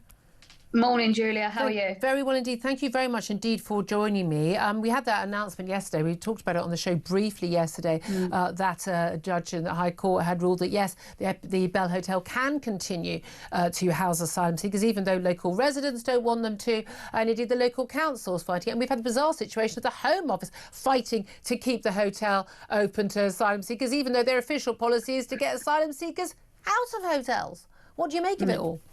Well, I just think the whole process has just been quite insulting, because really we knew from the beginning we was never going to win. It was never going to go in our favour, because the moment they shut the Bell Hotel down, then all of a sudden what happens to all the other hotels? What happens to all of the men that are in them hotels? Where are they going to put them? We don't want them in the hotels in our community. We don't want them in HMOs. Yeah. We don't want them put in social housing. So where does the Home Office expect them to go when they're saying they're going to have all of these hotels disused by 2029? They're not talking about the people that are in them. Yeah.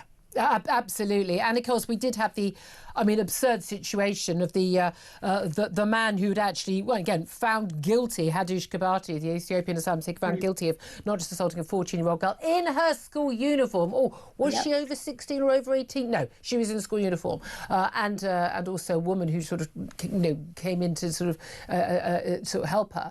And then him being released by accident, a 2-day manhunt, for goodness sake. And then finally caught and then deported. I mean, the whole thing has been a farce. Yeah, it has been. And you know what? No one took a moment to think about how that affected that family of the young girl that was sexually assaulted, because it's just the whole process from start to finish. The way he was arrested like, oh, come on, it's okay, don't worry, don't get upset, everything will be fine. Then he's been put in prison, gets a pathetic sentence of 12 months and only serves 4 months of that, and then is let out and then given £500 to keep his mouth shut. That's a whole year's wages where he's from. It's utterly disgusting. And our government are to blame for all of this, because they are the ones that are allowing these men to come here. They're giving them benefits left, right and centre, and then we're the ones that are left footing the bill. And not just footing the bill, because it's not just about the cost, it's about safety, and that is the issue. You, along with many other campaigners, and we've spoken to Orla Minahan, as well, who's been mums, aunts, sisters, grandmothers, daughters, worried about safety, because again and again and again, this thing that never happens keeps happening, where young women and girls are being sexually harassed, even raped. We've got numerous other cases, some, some allegations, some going through the courts, some already convicted, and this is happening again and again and again and again, and people don't want the risk. And we don't feel safe. And it is true, we don't feel safe. And that is the most crucial thing, is safety. Yeah. It is a fundamental right of this country. Well, I'm in Poland right now, but it's a fundamental right of the UK. By the way, the Poles don't put up with any of this nonsense. No, they don't. And you know what? I walked around the other night. It was very late. I was walking down all sorts of streets, walking back to the hotel. Not one point did I feel unsafe.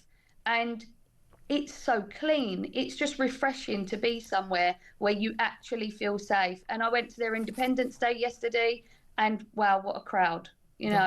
It's something to be said, and we've got a lot to learn from the Poles. Well, I do think we really do. But you say it's the government's fault. Where do you put the blame in terms of the French government, though? Because the French police now, despite getting £750 million of yours and my money as well, they're apparently preventing fewer migrants from crossing the Channel since Keir Starmer struck that deal with his big mate, Emmanuel Macron, to crack down on small boats. Remember, he was going to smash the gangs.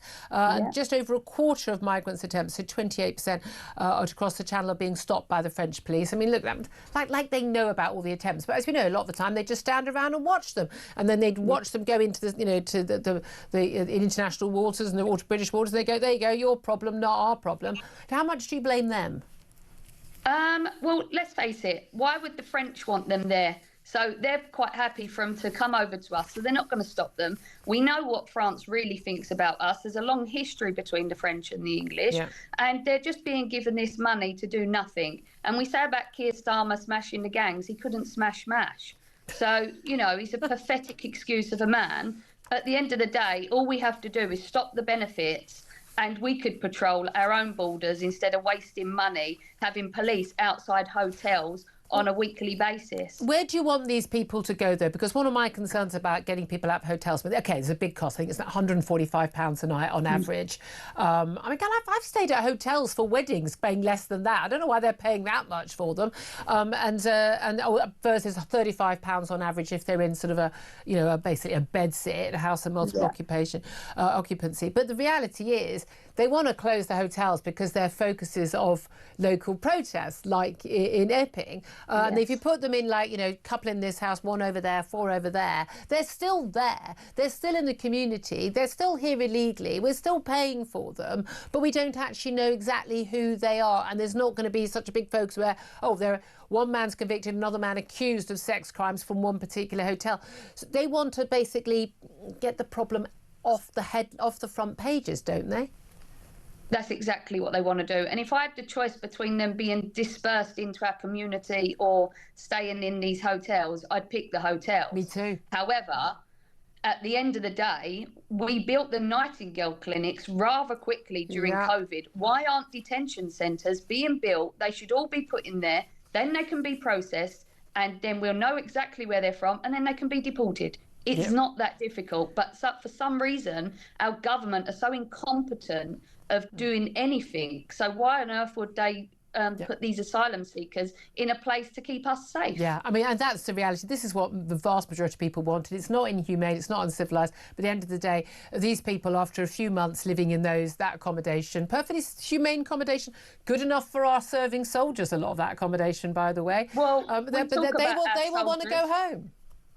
Sorry to interrupt you there, Julia, but we talk about our soldiers. Look at the veterans, the thousands that are left on our streets, homeless, not cared about. I'm sure they'd like to be put up in a hotel and given free meals a day. Yeah, exactly. We were able to do it during lockdown, were we not? Can I ask you just finally also, this is about something that's happened in Bournemouth, Christchurch and Poole Council. Peter Cooper, a Labour member of the Liberal Democrat-run council, basically quoted Vladimir Lenin, as migrant hotel protesters and were denounced as far right. He referred to the leader of the Russian Revolution as the authority condemned demonstrators. And basically, we've had this again and again and again. He says, Lenin said the lumpen proletariat will be organised against themselves for the benefit of the ruling class. That is what we are seeing today. And I mean, you're far right.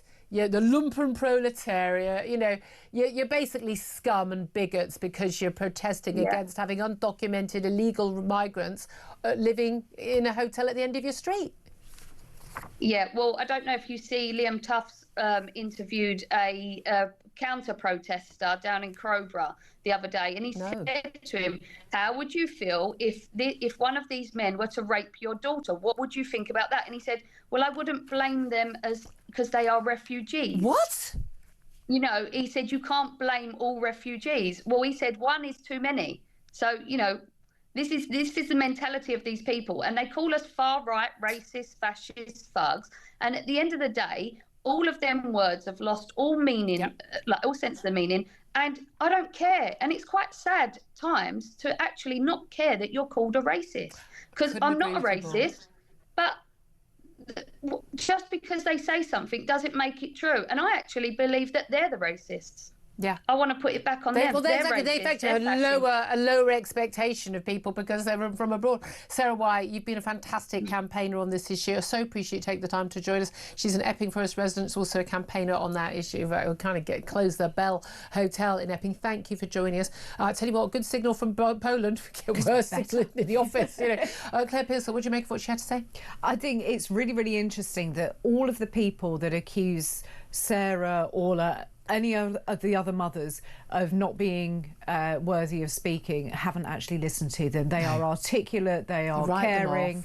They do write them off, and they write them off as far right. And these are excellent bunch of women who I would quite happily have in Parliament, on councils. I'll tell you what, also, often they're doing sort of little organised events, social events. Look like a right good bunch. They do. Bunch I didn't want to say that, but they do. I have to say, let me come and I'd love to come down and join you, ladies. Yes, 11:47 is the time. I'm going to take a quick break. What is going on in the NHS? As NHS boss is telling our hospitals, do not cancel operations ahead of that latest strikes from junior doctors or whatever they're called this week that starts on Friday. This is Talk.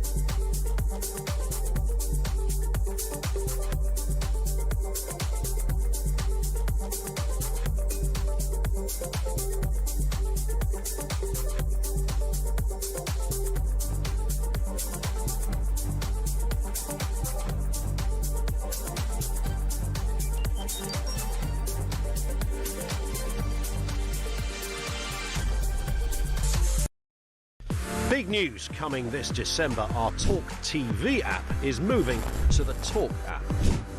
You can watch, catch up and listen to all your favourite shows and podcasts anytime, anywhere, all on the Talk app.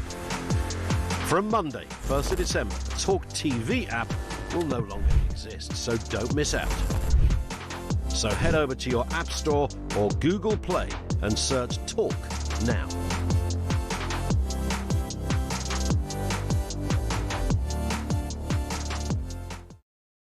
Big news coming this December. Our Talk TV app is moving to the Talk app.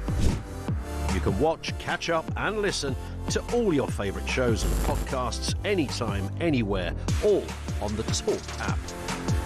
From Monday, 1st of December, the Talk TV app will no longer exist, so don't miss out. Across the UK, on DAB+, on YouTube, on the app, on your mobile, the home of common sense. This is Talk. Good morning, welcome back to the show. 11:51 is the time. Just a few moments, we're going to get Prime Minister's questions with the Prime Minister, if he's still in the job. Who knows? Are there plots? Aren't there? What's going on? And he'll be taking questions, obviously, initially from the leader of the opposition, Kimmy Badenoch, and we'll take a lot of that, that live and see how it goes. In the meantime, let's talk about where we are with the NHS, because we've got yet another doctor's strike starting on Friday, and the NHS boss has said basically to hospitals, I don't want you to cancel all those planned operations. I want virtually all of them to go ahead. That's Sir Jim Mackey. But how is that going to be possible? Well, let's talk to Stephen Dorrell. He's former Health Secretary and former chair of the NHS Confederation. A very good morning to you. Good morning, Julia. Thank you for joining us. Well, look, I mean, I know, elderly relative of mine who had an operation cancelled, moved another appointment moved by 6 months because of a previous doctor's strike. But the NHS chiefs go, no, go ahead, keep everything going. How are they able to do that? Well, when Jim Mackey says that he doesn't want to see any operations cancelled as a result of the resident doctors dispute, I'm sure he's speaking for everybody. None of us want to see operations cancelled for that reason. Which is why I think one of the reasons why I think the dispute that's being pursued by the resident doctors is so indefensible. We're talking about people who need treatment, who are on lists and have booked appointments, and probably waited a very long time for them. Waiting progressively longer for those appointments. And they're going to be told just before Christmas that they can't have their operation. They've got to wait even longer. So Jim's entirely right to say that we shouldn't be doing this. We shouldn't be in a position where the health service has to do it. But the unavoidable truth is that if doctors work fewer hours, then the capacity of the health service to treat its patients is reduced, and there will be fewer operations performed. I don't see any way of avoiding that. And that's the reality, isn't it? And the government was elected on a pledge that they were going to sort out the resident doctors strike, junior doctors they were previously called. Again, they're not junior, a lot of these people, they've been working for years and are highly qualified doctors. If you have an operation, it's very likely it's carried out by a so-called junior doctor. Yes, you said earlier, Julia, whatever they're called now. Well, I do think the junior doctors was a misleading. Yeah, exactly. It was very misleading. These are senior people, professional people who should be looking after their patients. Yeah, absolutely. But Wes Streeting's the health secretary, and he was a shadow. Look, we're going to sort it out. And they sorted it out by basically giving them everything they asked for. What was it, 22% pay rise? And guess what? They've come back for more. Now, we know that support for doctors and nurses when they go on strike has been very strong in recent years. It's like, they've lost a load of money and blah, blah, blah. And now, actually, they do not have majority support in this country. A lot of people very angry saying, look, read the room. We have seen those pledges on providing more appointments. That's moved on. But we still know there is a productivity problem in the NHS. They've got a heck of a lot more money, but they don't seem to be doing a heck of a lot more with it. Well, I think that is also true. One of the factors in the health service is that partly because people have been on lists for longer, some of the conditions have become more serious, so they take longer to deal with. And that's part of the reason, of course, for wanting to eliminate the waiting list. Yeah. So it's the old thing that if you prevent a condition developing, then the individual is healthier and the health service is easier to manage. So you aim first to prevent illness, and then you aim to intervene early, not late. Yeah, but we know the NHS was, to all intents and purposes, shut down to anything but COVID for 6 months, and a lot of people didn't get tests and routine tests that they would have got. But also, we are getting older. There are a lot more people who are older, and older people have a lot more ailments. Hi, Mum and Dad. I have a mother of whom that's true too. Yes, you're right. But what you were also right in the earlier point, that there's a lot more money and a lot more people in the health service as well. So what we need to be better at in the health service, and I think that anyone who cares about engaging in the health service, as I still am, we need to be self-critical about the ability of the health service to use resources effectively, efficiently, to deliver better outcomes for patients. That is to say, to prevent and to intervene early, to avoid conditions developing that don't need to develop. And of course, that's exactly the opposite of if we have extended waiting lists, we're doing exactly the opposite. Yeah, absolutely. We're making people wait longer while they get iller, so it becomes more difficult to treat them and they become more unhealthy. And indeed, and we know that, especially things like heart disease and cancer, the longer they are left, the likelihood of survival is and we're way behind other Western countries on survival rates for a lot of these things already. A really concerning report from the Nuffield Trust earlier this week, saying that only 3 hospitals are meeting their cancer waiting time targets. And the cancer waiting time targets are obscene anyway. That you get to see a consultant 2 months after your GP says, oh, you might have cancer. I mean, people die in that time. It's quite.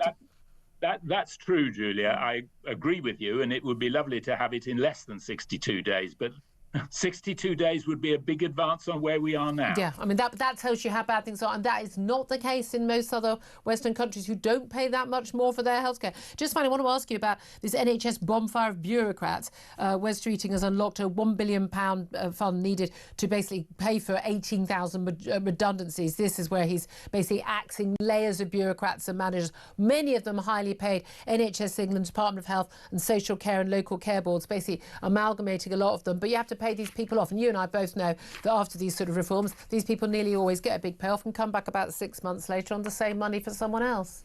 But look, I wish Wes Streeting well. I don't regard him as a bad man at all. But the truth is, they announced a policy to abolish NHS England in February.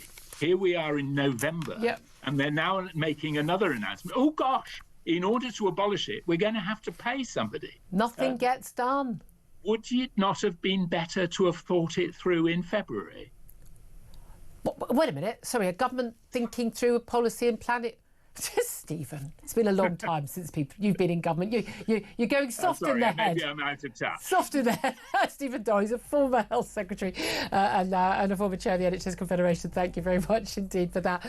Claire Pearsall, who's been listening to all that. I do miss people like Stephen Dorrell because he is very sensible. He knows how this works, and it's a shame that we don't plan better in this country. We can't get anything done. There's your summary. Anything done. But not every single NHS reform has always involved paying off a load of people six-figure sums and then hiring them back from similar sorts of salaries. But again, this doctor strike, I'm sorry, these doctors are completely not reading the room. No. People are done. And I know so many people who are really, really, low incomes who've used all their savings to pay for operations because they know they're going to spend years waiting for a knee op or something like that.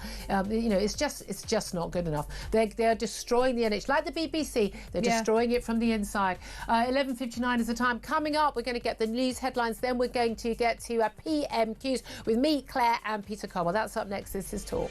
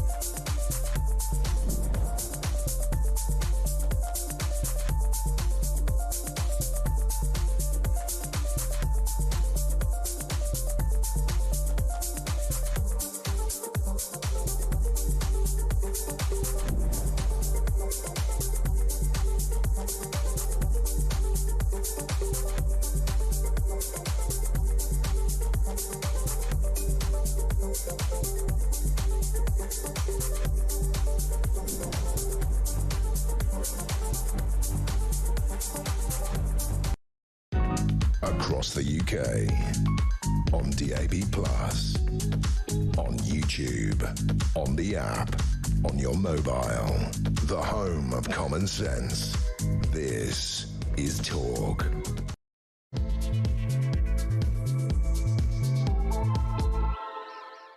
Welcome back to the show. This is Talk. We are the home of common sense. It's 2 minutes past 12. We are going to go straight to PMQs just a few moments. But as you will have heard in the news, that News UK, the parent company of this station, Talk, has made the following statement. Their statement reads as follows. We were made aware of an abhorrent and vile post on Mike Graham's social platform several weeks ago. Mike Graham said this was not posted by him, and he agreed to cooperate with a company investigation using an independent forensic firm. He later reneged on several opportunities to cooperate with the company investigation. We have been gravely concerned at his repeated failure to cooperate on such a serious matter, and the decision has been taken that Mike Graham will not return to Talk. I'm afraid that is as much as I can say on that matter. I know that is going to cause a lot of upset and a lot of concern for a lot of our audience who've been with us for a very, very long time. But that is the official statement from the parent company of Talk, and that is where we are at in terms of Mike Graham, who will not be returning to this station. Let me introduce you to my guests in the studio. Claire Pistol is a former Conservative government advisor. She's been with me all morning. Peter Cardwell, of course, Talk presenter, political commentator many years as well, has joined us as well. And any moment now, we're going to go live to PMQs. Actually, we're going to go right now because Kemi Badenoch is about to get up. Let's go straight and hear what her first question. Thank you, Mr. Speaker. And can I associate my party with the Prime Minister's comments about Remembrance Week, and also his comments on Manfred Goldberg and Mervyn Kirsch, who is in the gallery today? Mr. Speaker, this morning on the BBC, the Health Secretary said there is a toxic culture in Downing Street that needs to change. He's right, isn't he? Mr. Speaker, my focus each and every day is on rebuilding and renewing our country. But let me be absolutely clear, any attack on any member of my cabinet is completely unacceptable. On the Health Secretary, Mr. Speaker, in relation to Health Secretary, he promised before the election that in the first year of a Labour government we'd deliver 2 million extra appointments. We didn't deliver 2 million, or 3 or 4. We delivered 5 million extra appointments. And today the Health Secretary is in Manchester, where he's announcing that because of the action he's taken to abolish NHS England, he's putting more people on the front line. He's doing a great job, as is the whole of my cabinet. Mr. Speaker, what we heard the Health Secretary say this morning was that he wants to cut waiting lists, but we all know that there's only one waiting list that he really wants to cut. But the Prime Minister is not going to do anything about the toxic culture. This is his responsibility. Just last night, his allies accused not just the Health Secretary, but the Home Secretary and even the Energy Secretary of launching leadership bids. These attacks came from Number 10, nowhere else, his toxic Number 10. The person responsible for the culture in Number 10 is his Chief of Staff, Morgan McSweeney. Does the Prime Minister have full confidence in him? No. Morgan McSweeney, my team and I are absolutely focused on delivering for the country. And let me be clear, of course, Mr. Speaker, I've never authorised attacks on Cabinet members. I appointed them to their posts because they're the best people to carry out their jobs. Mr. Speaker, she asks about waiting lists. Waiting lists are down under this government. The number of GPs is up. And because we scrapped NHS England, we're investing on the front line. That's what the Health Secretary is doing today, getting on with his job, and he's doing a very good job too. Mr. Speaker, I didn't hear him give full confidence to Morgan McSweeney, but the truth is he says these attacks aren't authorised. That means he's lost control of Number 10, because that's where they're coming from. But the real scandal, Mr. Speaker, the real scandal is that 2 weeks from a budget, the government has descended into civil war. Instead of fixing the mess they've made of the economy, they're all... Mr. Speaker, they're all chuntering. These are the feral MPs that Number 10 has been talking about. They're not my words. They're Number 10's words, his words. But unbelievably, Mr. Speaker, the Prime Minister's advisers have been reduced to briefing that MPs can't get rid of him, and I'm not making this up, they can't get rid of him because it would destabilise international markets. Why does the Prime Minister think that there would be a market meltdown if the Health Secretary took over? Mr. Speaker, this is a united team and we are delivering together. Look what we're doing. The fastest growth of the G7. 5 interest rate cuts. Trade deals with the EU, the US and India, all of which they oppose. We've delivered. And I can update the House.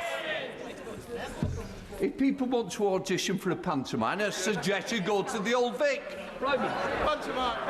Mr. Speaker, I can update the House. The Bank of England has upgraded growth today. We've secured £230 billion of private investment. And just this morning, I thought she might welcome it, the SSE have announced £33 billion of investment in clean power. That's what this team are delivering for the country, fixing the mess that they left. Mr. Speaker, he's talking about growth and investment. While the Prime Minister desperately tries to cling on to his own job, perhaps he understands what it's like for all those people out there losing their jobs. How can he talk about growth? Yesterday, we learned that unemployment has risen to the same rate as it was in lockdown. 180,000 jobs lost, Mr. Speaker. Yeah. Why does the Prime Minister think that unemployment has risen every single month since Labour took office? Yeah. Mr. Speaker, let me give the House the details. 329,000 people more are in work since the start of this year. So 329,000 more are in work. Of course, I accept we need to do more in relation to unemployment. That's why we're transforming job centres, which they opposed. That's why we're working with 60 major businesses to tackle ill health in the workplace and invested £3.8 billion in tailored back-to-work support, which they opposed. I would also remind the Leader of the Opposition, Mr. Speaker, that the average unemployment in the 14 years of her government was 5.4% higher than the rate today. Mr. Speaker, we left employment higher than it was after the last Labour government. And let me tell him now, what is causing it is his disastrous budget last year. That is what has caused the increase in unemployment. And so, to be clear, for all those Labour MPs shaking their heads, it's last year's tax rises that have killed jobs, and that's what's going to trigger this year's tax rises. This is the tax doom loop, and there is only one way out of it, and that is to cut spending. So why is the Prime Minister instead offering welfare giveaways to save his own skin? Well, Mr. Speaker, I'll tell the Opposition why we increased national insurance. It's because of the mess that they left the country in. The NHS on its knees. Now we've got 5 million extra appointments, waiting lists down, and 2,500 more GPs as a result of our decisions. But it's nearly the one-year anniversary, but she still hasn't told us in relation to national insurance whether she agrees and admits that we should do it, or if not, if that's her position, how she would find the money that we raised in the budget. She's had a whole year to think about that question. Perhaps now she can give us an answer. Mr. Speaker, I wouldn't have made the stupid mistake in the first place of putting up the jobs tax and killing jobs. Since they came in, it's been disaster after disaster. The Deputy Prime Minister, the new Deputy Prime Minister, is clueless about how many illegal migrant sex offenders he's let loose. The Culture Secretary breaking the rules to give her donor a top job. Taxes set to rise even further. Unemployment at levels not seen since lockdown. And in the middle of it, a weak Prime Minister at war with his own cabinet. Mr. Speaker, it's not just him, it is all of them. There is no replacement, it is all of them. 2 weeks before the budget, isn't it the case that this Prime Minister has lost control of his government, he's lost the confidence of his party, and lost the trust of the British people? Mr. Speaker, the stupid mistakes were made over 14 long years. They broke the economy, and now they think that they can lecture us. And now they've got this unserious idea that they can find £47 billion of cuts without saying where they're going to come from. No wonder that's called flimsy. Meanwhile, we're rebuilding the country. Wages up, investment up, mortgages down. Order. Mr. Phil. You were meant to be a senior person on this front bench. You're meant to set an example. It's certainly a bad one today. Sir Joseph. Mr. Speaker, despite extra government funding. Okay, right. Well, we are back. We are back after that quite a fiery PMQs there. The 6 questions from Kemi Badenoch, the Tory leader. I thought actually one of the most fascinating moments there was actually when the Prime Minister said, we are a united team. And there were just peals, I mean, laughter. I think even from some of the Labour backbenchers as well as across the floor of the House. Joining me in the studio to discuss PMQs is former Conservative Government Advisor Claire Pearsall, been with us all morning, and Peter Caldwell, talk presenter as well. We should note at the beginning, actually, that Keir Starmer welcomed Mervyn Kershaw, 100-year-old D-Day veteran, watching PMQs from the public gallery. Goodness me, he fought in the war. He's suffered enough. I mean, he's done his duty for our country, has he not? He doesn't need to be subjected to that. First of all, Peter, let me ask you, and then I want to ask you of you as well, Claire. Was it the right thing for Kemi Badenoch to go on what is fundamentally, I mean, we're talking about it today, but quite a Westminster bubble story about accusations of toxic culture and plots and oustings and tempting, between Wes Streeting and the PM. Was that the right topic to go on? I think it probably was, actually, not for all 6 questions, and I'm glad she didn't do that, and she started talking about more substantive issues as time went on. But certainly given... not first 3. First 3 no, indeed, half of the time. And the point of PMQs, from the opposition's perspective, is to make the Prime Minister look bad. And when he said, we're a united team, what an utter load of codswallop. And of course everyone laughed, and there were loads of people shouting from the opposition benches, more. So I think Kemi Badenoch did her job. She was laughing, enjoying herself at one stage. Yeah, I mean, there is an element, isn't there, when you're being laughed at. I mean, that's when you're really being damaged. Do you think that was the right choice for her? I do. I wish she'd only had 2 questions on it and then moved on to something else. Let's talk about something more substantial. Absolutely, and she started. And she started to do that, as Peter said. She started to list the level of failings of the government, and I think you could give that more airtime, because actually that's what the country needs to know. That's what the country needs to have pointed out. Yeah, I mean, it was interesting because basically saying, look, whether he's authorised, whether they're not authorised, is he going to, does he have full confidence that Morgan McSweeney is? These are clearly briefings from senior people. You either have to sack the person who's done it, or you admit that you've done it. And she pointed out, I didn't hear him say that he had full confidence. Although that's not necessarily always a good thing, Julia. No, as we know. Angela Rayner, Lord Mandelson, exactly. But she says, the government, in civil war, he's saying the PM's at war with his own cabinet, his party, he's lost the trust of the British people. But that's the reality. But that's where we are at. We're less than 500 days into this Labour government, a massive majority, more than 400 MPs, and they're fighting like rats in a sack. They're absolutely nowhere. They're nowhere. And the final bit of what Kemi Badenoch said, I thought was particularly interesting, where she talked about the Culture Secretary in the BBC. She talked about the Deputy Prime Minister who keeps losing prisoners. It is chaotic. And when you say taxes up, unemployment up, and it's going to get worse with the budget in a couple of weeks' time. And when you get to a stage where you're saying, actually, if I go as Prime Minister, well then there's going to be chaos in the international markets. Well, it just sounds as if your grip on reality is lesser and lesser as time goes on. There is an argument, is there not, Claire, that actually, if there were change in leadership, that would signal chaos and that would worry the bond markets. And we've had a Labour Party saying it's outrageous. We don't want the money markets. The men in the stripy suits in the city shouldn't be deciding government policy. But they do, because they decide whether or not and at how much we can borrow money. And by the way, we have to borrow shed loads of money because we haven't got enough. And that was clearly the line that was given to backbenchers last night, because whenever you heard this story come up, whether it was on social media or news channels, that was the line that they were pumping out. Well, the gilt markets won't like it. Now, these people by the way, none of us really understand this stuff. Let's be honest. Definitely not them. They're definitely not them. They have no idea what they're talking about. They have no idea how it's going to affect the country, but they needed to say something. And I think the very fact that Downing Street had to give them such a poor line shows the chaos that they were in. They couldn't come out with a proper denial or a stonewalling or anything else. They made up something that sounded quite good. It sounded, in all honesty, was absolutely rubbish. But also, look, it's terrible now and we're useless, but it could be even worse. Yes. That's, I mean, but the question, I'm not entirely sure that's a, I'm not going to, don't put that on a poster and tell me to vote for it on a billboard. It's really bad, but it could be worse. The point, though, that was the Tories. That was your campaign strategy last year, though, wasn't it? It's not that We're bad. Rubbish. They're even worse. They're even worse. And to be fair, that was true. Exactly. And when Rishi Sunak says, if you drive it, they'll tax it. If you own it, they'll tax it. If you earn it, they'll tax it. He was right. So I think the point is as well, the question nobody's really asking about the Westminster Village story is, what would Wes Streeting bring that would be that different? He's a great communicator, but actually his politics are very similar, not entirely similar, but they're similar-ish to Keir Starmer. When they do polling of who, at the end of the day, it's the Labour Party members who are going to get to decide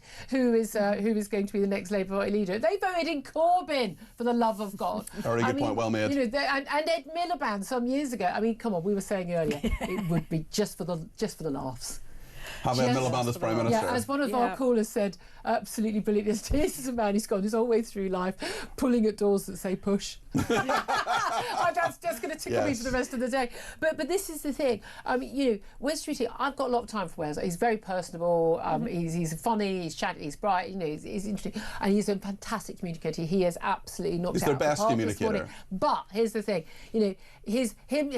I saw the footage when they had the Lebanese embassy, the Palestinian embassy, sorry, and he was there. Oh, make sure I'm in the picture when they're raising their flag. He's desperate to show up. He's got a majority of about 500 odd. That's right. Yeah. And he's been basically there was a Gaza MP, Ilford North, could have taken his seat. So he is after that vote. So he has been really, really not solid at all on the Israel issue. That is a defining moral issue of our age, and he did not stand up to it. He's been pretty sound over the years on trans. He's one of the few Labour opposition members during the last Tory government who, when he came on my show, didn't think that women had a penis. I remember that. It was an iconic moment when he said, adult female human biology lesson over next question. Yeah, exactly. And it was an next question because he didn't say something stupid like 0.1% of women have penises. We did the check yesterday. I don't need to check again. It's not grown. But Keir Starmer, no, until early this year, he did think that. But this is the thing. He has actually reneged on a lot of that. And we've got a tribunal going through the court, the employment tribunal right now, where we've got nurses who were forced to get undressed in changing room with a man. You can call yourself what you want. You're still a man watching them. Made them feel very uncomfortable. And they were told, well, you can go and get changed in a closet then. Very interestingly, the BBC reported that story for the first time yesterday. I wonder why. Oh, I mean, don't. But by the way, they're still the best of us. Now, isn't it interesting? Because the BBC would have been actually a topic possibly worth getting onto. But again, it's a difficult topic. It's not the responsibility of the Prime Minister. But I must ask you, in terms of what Tim Davie, and I was listening to you on Drive yesterday, but in terms of what Tim Davies had to say, basically, the BBC, we are the very best of society, and is blaming enemies of the BBC. They don't get it. They don't get it. It is quite extraordinary. They just don't get it. This is because of a major editing error where you falsify, botched job, doctor job, where you change what the President of the United States said. He's now saying yes, you have your enemies, you're always going to have your enemies, but when you have people like Alistair Campbell coming out saying that, Robbie Gibb, because he used to work for Theresa May, shouldn't be in the BBC board. I mean... That tells you everything. That anyone, because you've been a Tory, you can't possibly have anything to do with the politically neutral BBC. James Purnell was a senior person, he was former Culture Secretary for Labour, Gavin Davies. The BBC it just doesn't get it. Here's the thing. Tim Davie doesn't get it. I'm of the view, and I wonder what you both think of this, that actually Tim Davie and Keir Starmer share a lot of That's interesting. Completely. I mean, basically, risen without trace.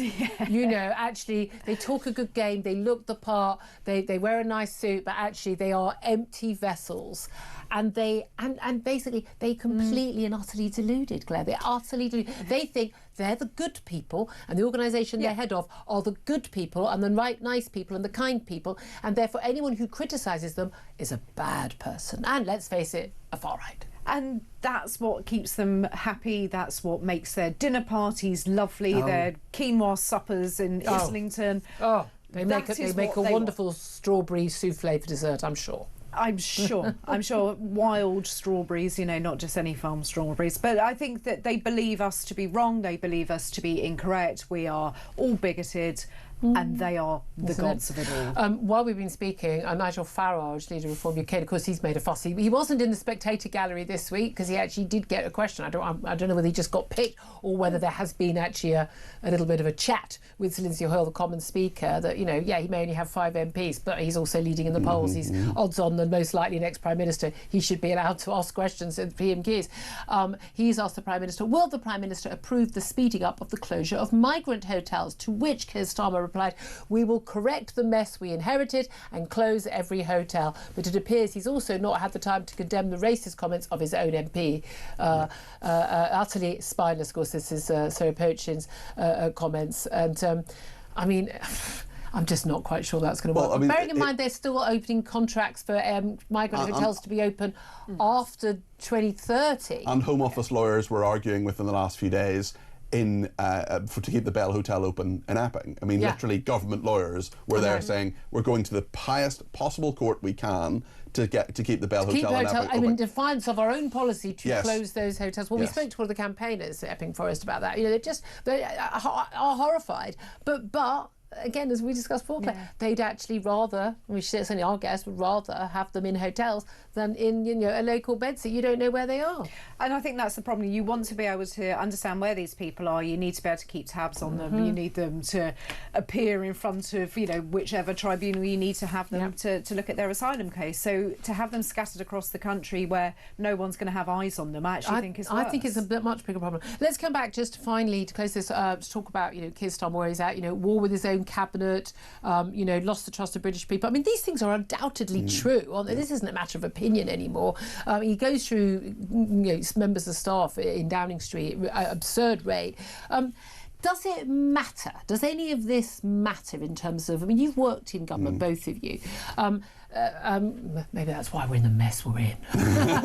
Just throwing that out there. Well, but does it matter if there is all this internal shenanigans? It matters when it's external, because the position of the Prime Minister is never going to feel entirely secure until whenever it is he stands down, whether it's an election or prior to that. Well, if he was really popular in the polls, no one would be If it was going well, this wouldn't be happening. If he was good at his job, yes, this wouldn't be happening. Is there anyone else who could do the job better? I mean, I think there are quite a few people who could probably do the job better. The question is who? Well, Claire's cat, we've suggested as well. Claire's cat, yeah. Oh, wait a minute. Cat, Jack, God. My cat. What was I thinking? Jack against Tango. Can I just say, I just made the fatal error of mentioning cats to Peter Carville. I would like to formally apologise to my audience for that. I do feel, the problem is, Julia, because you talk about your cat, I'm going to I'm not going to talk about my cat. I'm not going to talk about it, but the problem is, now you've mentioned it, I'm going to have to say that I've written a book called Political Animals. Have you? You mentioned it so rarely. I know, I keep it off social media. I try to keep it on the down low. But listen, the main political animal, which is, of course, Keir Starmer, he is in serious trouble. This speculation is not going to go away. There'll be no point as time goes on. Now it's started. Now I thought he might get to the budget. He might have got to the council elections in May. But now it's started. It's not going to go away at any point until he goes. Not. Same question to you, Claire. Does it matter? Does any of this matter? It does. If you cannot control the team around you, then you have no chance of controlling the rest of the country. Yeah, and also, again, they thought this was a show of strength. It's actually made them look rubbish really weak. They are really bad. So bad. Again, your lot were terrible, but this lot, take it to a new... We were better at plotting. Seriously. And getting rid of leaders. Oh, well, again, put that in a manifesto and ask people to vote for it. I'll have that on a poster. There we are. This is why we have them, because they're honest. They're honest about it. 12:25 is the time. Always great having you in. Lovely. Thanks, Julia. It's nice to actually be able to talk every week, don't you, get to see you in person. Of course. Instead of listening to each other. But there we are. Peter Carville with us, of course. Claire Pissell staying on, because, again, I'm going to lock the door after Peter's allowed out. We are going to be talking to the brilliant lawyer, Mark Stevens, about what is going on with that possible $1 billion lawsuit from Donald Trump against the BBC. And actually, it might be a bit harder than he thinks. And we're going to talk about, just how many people are or are not behind bars, who should be behind bars this week. Who knows? Certainly not the Justice Secretary, David Lammy. And up next, we're going to take your calls. Give us a call, your thoughts on what's been going on in PMQs and Keir Starmer. 0344 499 1000 is the number to call. This is Talk.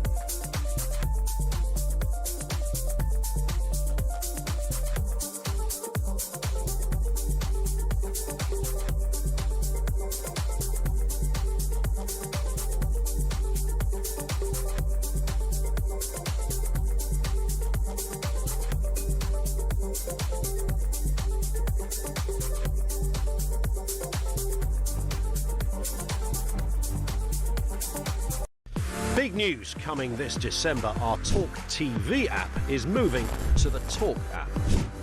You can watch, catch up and listen to all your favourite shows and podcasts anytime, anywhere, all on the Talk app. From Monday, 1st of December, the Talk TV app will no longer exist, so don't miss out. So head over to your App Store or Google Play and search Talk now.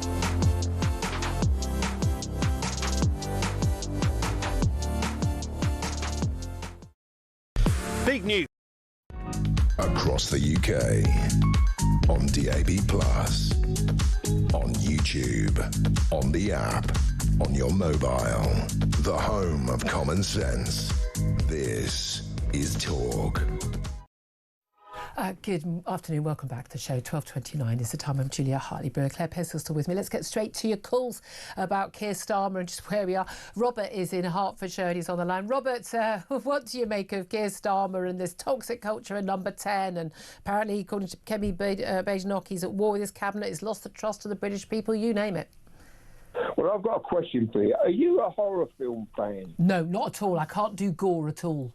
Right, well, I'll tell you for why. So I couldn't work in this government. They remind me of, you get a horror film set in a lunatic asylum, and the twist of the film is, at the end, it's revealed that the lunatics have taken over the asylum and they've got all the doctors locked up in the basement. Yeah. This is the Labour Party. Yeah, this is true. You know, what I'd like to say is, we've got a globalist government led by a globalist Prime Minister. And he's the biggest hypocrite in the world, because I'll tell you for why. He was a staunch opponent to Brexit, and he tried to get another referendum going when you know, we won. Now, that's how. The only reason he's swanning around like a statesman is because of Brexit.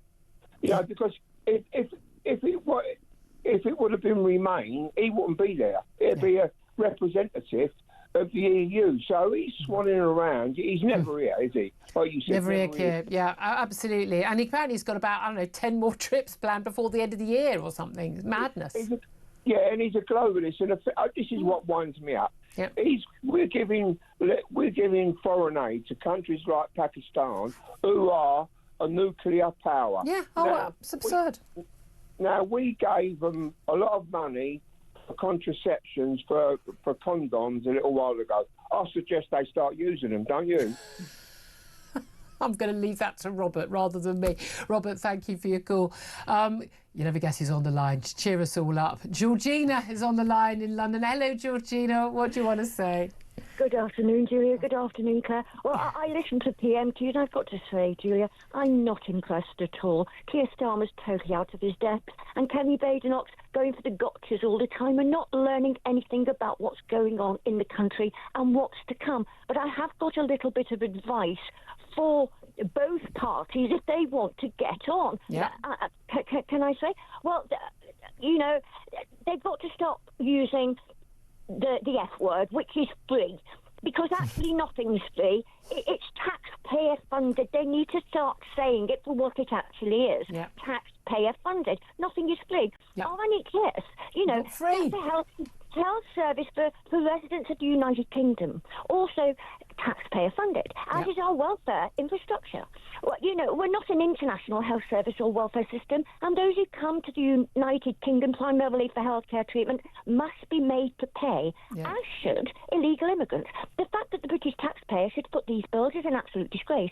The same for our welfare system. This should be for British residents only, and only for those who have been means tested, with the exception, obviously, for people with disabilities, the elderly, and veterans who but you say disabilities. Well, that's a lot of people on welfare are supposedly on disabilities. It's what we count as a disability. That's the key thing. I'm talking born with a serious disability. The others need to be means tested. They need to be tested properly, because all this, I've got migraine or I've got anxiety, honestly, that needs to go down the toilet, Julia. I'm with you.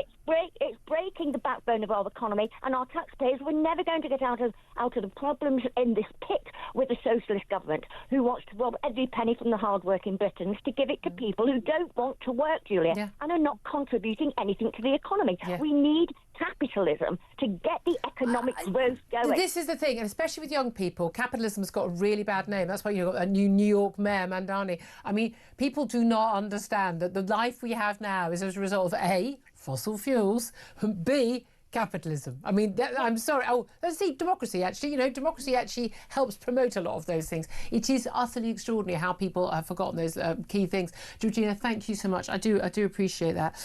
It's a fair point, isn't it, Claire? I mean, that's one of the things, and again, that's where the BBC comes into this, and we can talk about them next in a few moments, is it's amazing how often, you know, again, talk about welfare is always, oh, no, but people are going to lose welfare. They never talk about it has to be paid for, and like the 2-child benefit cap. So every time your family can have 3, 4, 5, 6 kids and dad not working properly, mum's not working at all, and we have to pay for their kids and their choices, other people who do go to work, who pay tax, they have to make choices themselves, and it means that they have to pay so much tax they can't afford to have another child themselves. They can't afford another bedroom or to take the time off, because, you know, paternity cover, you know, the maternity leave, what was it, 112 quid a week? I mean, you can't most people can't pay their rent on that. No. I mean, so they never talk, they never ever talk about who has to pay for everything. It's not free.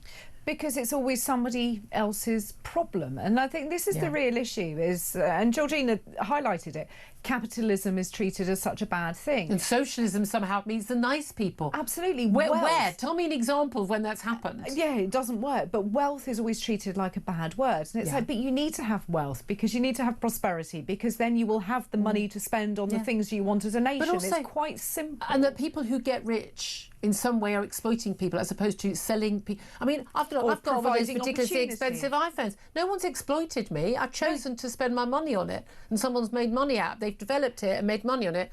I'm intensely relaxed about that. But businesses are treated as an appalling set of circumstances, but they employ people, they create opportunities, they take a risk, which is what the state doesn't do. Yeah.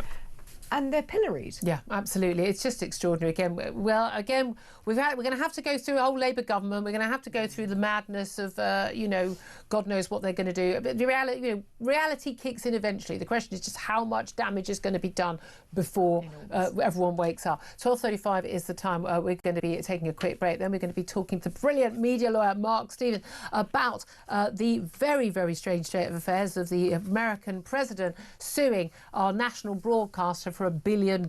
He says basically, you know, it's his obligation to do so. But how much would he actually win? And would he win if he did sue? That's up next. This is Talk.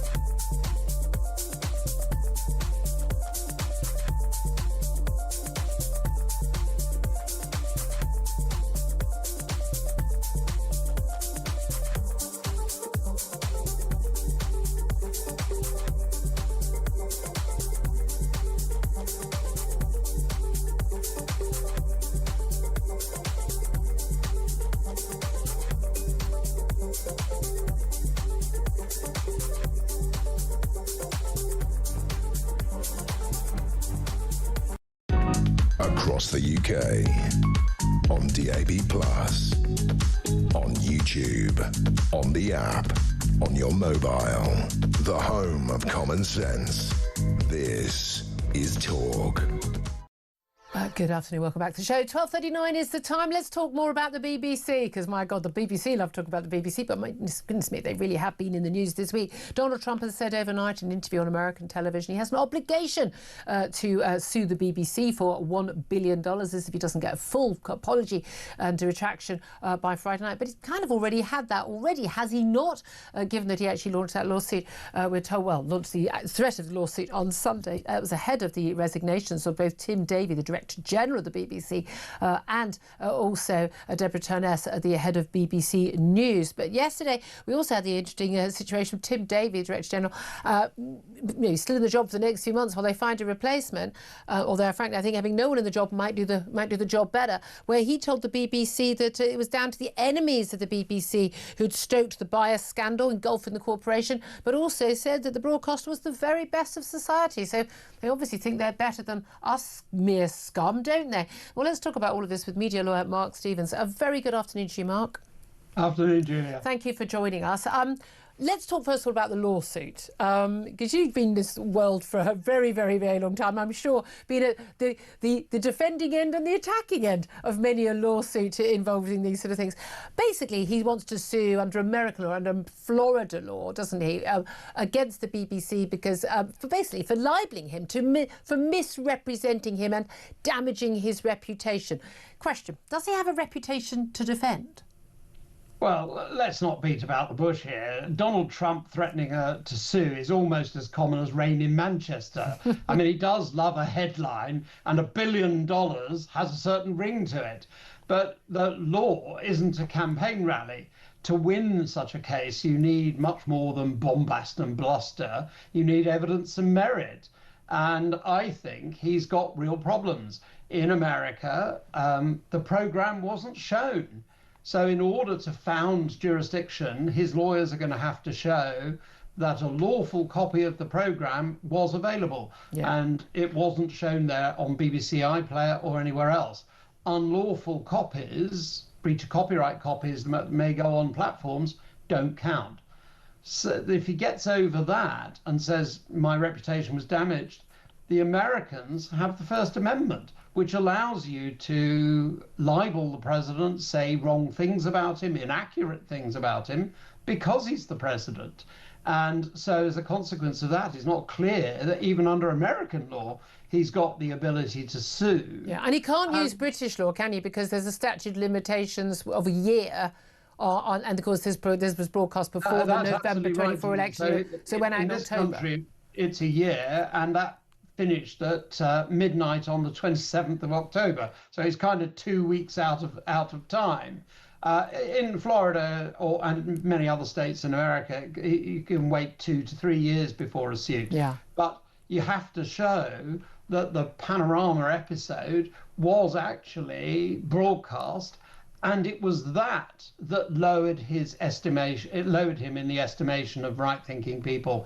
And I think, putting the wreckage of January the 6th and the, taking of the Capitol at the door of Panorama is probably a bit of a stretch. And that's the thing. There have been numerous court cases in America, and indictments and Senate hearings and the like, which have said very similar things about him inciting the riot. Now, what the BBC did, regardless of what he said, was an outrageous breach of the most basic journalistic ethics and propriety. I mean, I was saying earlier, at my journalism college, you'd have been failed for having done that. And for the head of the BBC to say it was a mistake, and for the head of news to say there is no institutional bias, frankly, is an insult to our intelligence and laughable.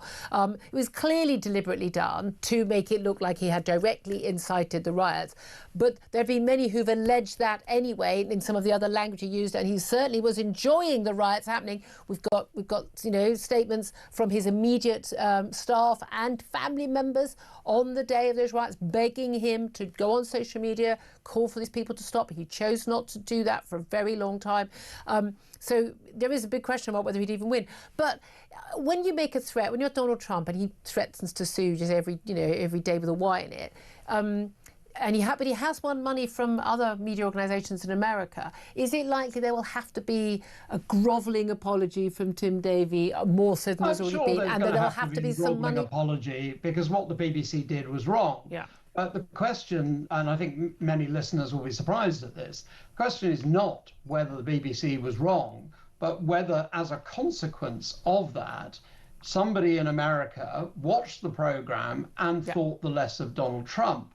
Yeah. And the issue here, as you rightly say, was those inciting words and phrases. So we fight like hell, we fight, and if you don't fight like hell, you're not going to have your country anymore. Yeah. We won this election and we won it by a landslide. I mean, that sort of false assertion repeated throughout the speech and for the weeks prior, laid the groundwork to convincing supporters that the election result was illegitimate. Yeah, absolutely. Those kinds of things that caused the damage, not the BBC panorama. And that's why I think... Yeah. But again, the BBC was still wrong, and there seems to be this view that, well, it's okay because it's Donald Trump. But, how many other things? Callers this week were saying, how many other things have they been lying about, and they don't seem to think it's a problem. And we know in terms of coverage of Israel, the nonsense coverage, I would say, both things like climate change and also particularly of trans, I think deeply damaging. I mean, the propaganda put to children and, in children's programming and teen programming and the like. Where do you think this all ends? Because we've got the Culture Secretary Lisa Nandy talking about the BBC as a light on the hill. We've got the Tim Davie saying that that the broadcast is the very best of society. We've got the outgoing head of news saying there is no institutional bias. When anyone with eyes and ears can tell that they're not the best. They aren't politically neutral. There is an absolute rot at the heart of this organisation. The polls show the trust in the BBC is plummeting every single day they broadcast. Fewer and fewer people are watching. More and more people are refusing to pay their licence fee. You've been in this field for a long time. Where do you think this ends? I think it ends probably with some significant members of the board being changed. But they want the Tories off. They want Robbie Gibb off. Well, I think there's that, but, one of the things that should be a disqualifier is you're a member of any political party. The whole thing about the BBC is that, they're supposed to reflect all of our views and opinions. Yeah. And I sort of take the view that, if the BBC is annoying everybody, then it's probably doing its job right. No, but that's what they've argued. But it depends. If a Corbynista is claiming that it's a pro-Israel organisation with no evidence whatsoever, that shouldn't be taken as evidence, taken as equally valid as, we decided to pay the child of a Hamas official £1,000 to host a documentary. I mean, these are not the same things. But here's the thing. No one seems to have an issue with, as Peter McCarthy pointed out, James Purnell, a former Labour minister, being a very senior figure at the BBC. No one has a problem, with numerous figures who've worked in senior positions at the BBC who are from the Labour side. But as soon as it's someone who's a Tory, they lose their minds.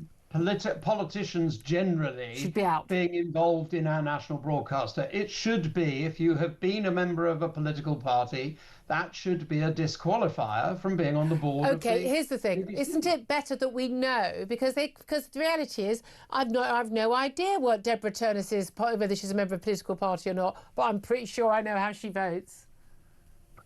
Well, that may be right. I think that what we're missing at the BBC is people who believe in strong, robust, independent voices and protection of freedom of expression. And for me, that's the touchstone of the BBC. So I think Mark is definitely endorsing me as the next Director General of the BBC. Did I hear that right? I thought you were endorsing me. Do you know, I would actually. Mark Stevens, so good to talk to you. Thank you so much, media lawyer Mark Stevens. Claire Pissell, what did you know? Where does this end? Because I've not been a defund the BBC person. No. I want the BBC right. I just wanted to do the job we employ it to do, which is to be neutral and unbiased and give us some facts. Yeah. But they seem intent on not doing that. And this is their problem, is the implosion of the BBC. I mean, it was always going to happen as well, and it's really disappointing. When they do things well, they are excellent. When they mess up, They don't admit it. What's the last thing they gets did well? worse. I think some of the dramas that they've done, I think the investment into things like The Night Manager, I know that's going back some time. I don't watch a lot of television. They could have, but they didn't. And the BBC used to be very good. It used to have an awful lot of good comedy shows.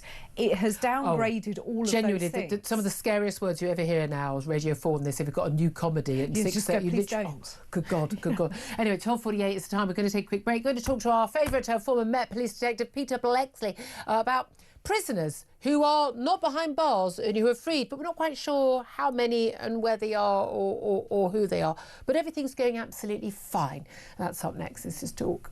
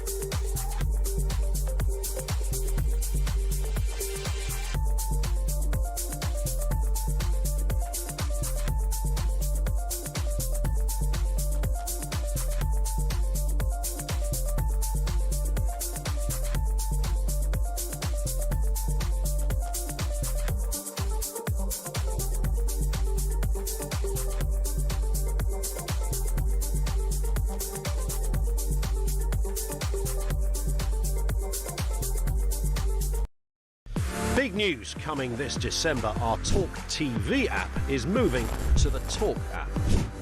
You can watch, catch up and listen to all your favourite shows and podcasts anytime, anywhere, all on the Talk app. From Monday, 1st of December, the Talk TV app will no longer exist, so don't miss out.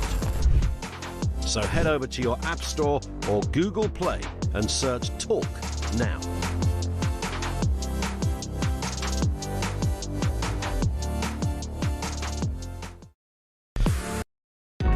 Across the UK, on DAB+, on YouTube, on the app, on your mobile, the home of common sense.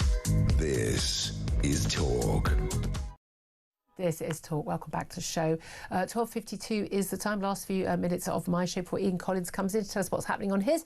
And let's talk about, well, there are some prisoners who've been convicted and who are behind bars. That's the best we can say. It's certainly the best that the Justice Secretary and Deputy Prime Minister David Lammy can say. He was forced to come to the Commons yesterday and answer questions from Robert Jenrick, his opposite number, asking about, exactly how many prisoners have actually been freed by accident and how many are still at large. It turns out that 91 prisoners have been let out by mistake in just the last 7 months. 3 were still on the loose, 2 British nationals, 1 an Albanian drug dealer, and they're trying to establish whether or not a 4th offender is still loose after he was wrongly freed on November the 3rd, but they don't know. Blowing my mind, this. But let's talk about this with former Metropolitan Police Detective Peter Blexley. Peter, how is it possible, A, these people get released, and B, they don't know if someone has actually been found or not? It is absolutely staggering, the inefficiency and the crass incompetence coming out of our jails. But, you know, there's a really serious matter here, which you'll forgive me if you will, just for one moment. I'm going to read the very top line from the government's own website about what it exists for, why we have a government. Oh, God. This is the top line. I'll be very brief. The first duty of the government is to keep citizens safe and the country secure. Full stop. There you have it. So what part of that duty, the government's duty to its citizens and the country, is being upheld by this nonsense situation between the 1st of April 2024 and the 31st of October, just gone? Over 300 were mistakenly let out of jail. It's an absolute scandal. It's ridiculous and incompetent, and I'm afraid having Lammy in charge of it all might not necessarily help. No, well, there is that. Look, I hold no candle for David Lammy, but he's not personally responsible for someone going, yeah, I haven't got the right paperwork, off you go, mate. Of course he's not. He's not there at the prison gates. And he's also not been in the job very long, and we know there has been a long-standing issue ever since the Cameron regime, when there was massive austerity, there were massive cutbacks, and criminal justice and the Home Office took a big hit on that. And it turns out you can't do criminal justice on the cheap, can you? Because we basically lost a lot of funding. They didn't build any prisons, overcrowded, a lot of stress on prison officers. Their pay didn't go up, load have left. Most of the prison officers now working have very little experience. They're being trained, the new people, by people with, only a couple of years experience, as opposed to old hands who can teach them what to do. The problem is it's been a long time coming, hasn't it, this incompetence? Well, yes, it has, but only last week David Lammy told us that he put the strictest rules in place. Clearly, they've not been applied. And one of these people actually was released after that case. Correct. Yeah. So they're not working. And of course, the entire criminal justice system, from the sharp end, the front end with policing, we know about the crises facing policing. Yeah. Then we get to the Crown Prosecution Service, underfunded, underperforming. Then we get to the courts, leaking roofs, rubbish IT, some courts sitting empty because there's not enough judges, and let's remember a barrister's strike not so long ago. Then we get to the prisons, and we're talking about the lamentable state of our prison estate here and now. And then, of course, we get to the probation service, who on their own admission are only effectively monitoring a quarter of their workload. Exactly. So back to that duty of the government to keep us safe, they are failing on just about every level. Yeah, absolutely. And I think one of the most egregious cases is this Albanian drug dealer who's among the apparently he was among the record 27,000 appeals by migrants using human rights laws to block his deportation from the UK. Jailed for 8 years after his gang was caught with 7 kilograms of cocaine, appealing his deportation, granted indefinite leave, and again, one of the many people who is currently here and on our streets and causing problems. Which then feeds in quite naturally to the whole immigration debate. 2,121 illegals coming in 4 boats last week from Thursday through to Sunday.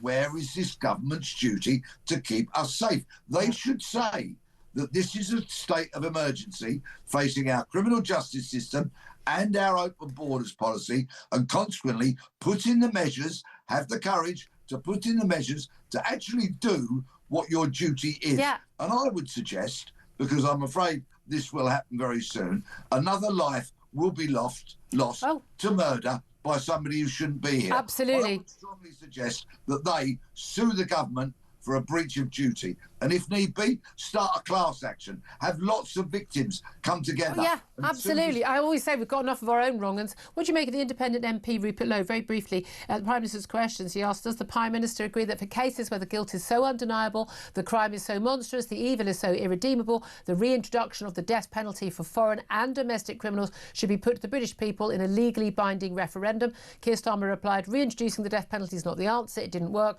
What we must do is improve, as we are, the criminal justice response in this country. What would you say about that? I don't want to live in a country where we murder our own citizens, how horrendous they are. Think of Harold Shipman, Fred West and many others who got sentenced to whole life terms. They couldn't face it, so they took their own lives. The real punishment is a lifetime of incarceration, let alone the company that. Here's the thing. The key is it has to be a lifetime. You go behind bars and you come out in a coffin. Peter Blexley, former Met Police Detective, thank you very much indeed. Claire Pistol, I'll let you choose what to come back on that, but as someone who used to work in the Home Office, I know the Home Office has to deal. The Home Office often has to create some problems that the criminal justice system has to deal with, and then the criminal justice system creates the problems that the Home Office has to deal with. It certainly does, and this is the problem when you underfund departments. Whether you like them or not, they do some really important work. It's unsexy stuff. It costs money. It costs money, and a lot of it. So unfortunately, we have to have it. Yeah, we're living with the results of that, are we not? But again, you know, if we hadn't had the crash, the end of boom and bust under Gordon Brown, then we would. You go back. Ian Collins is with us right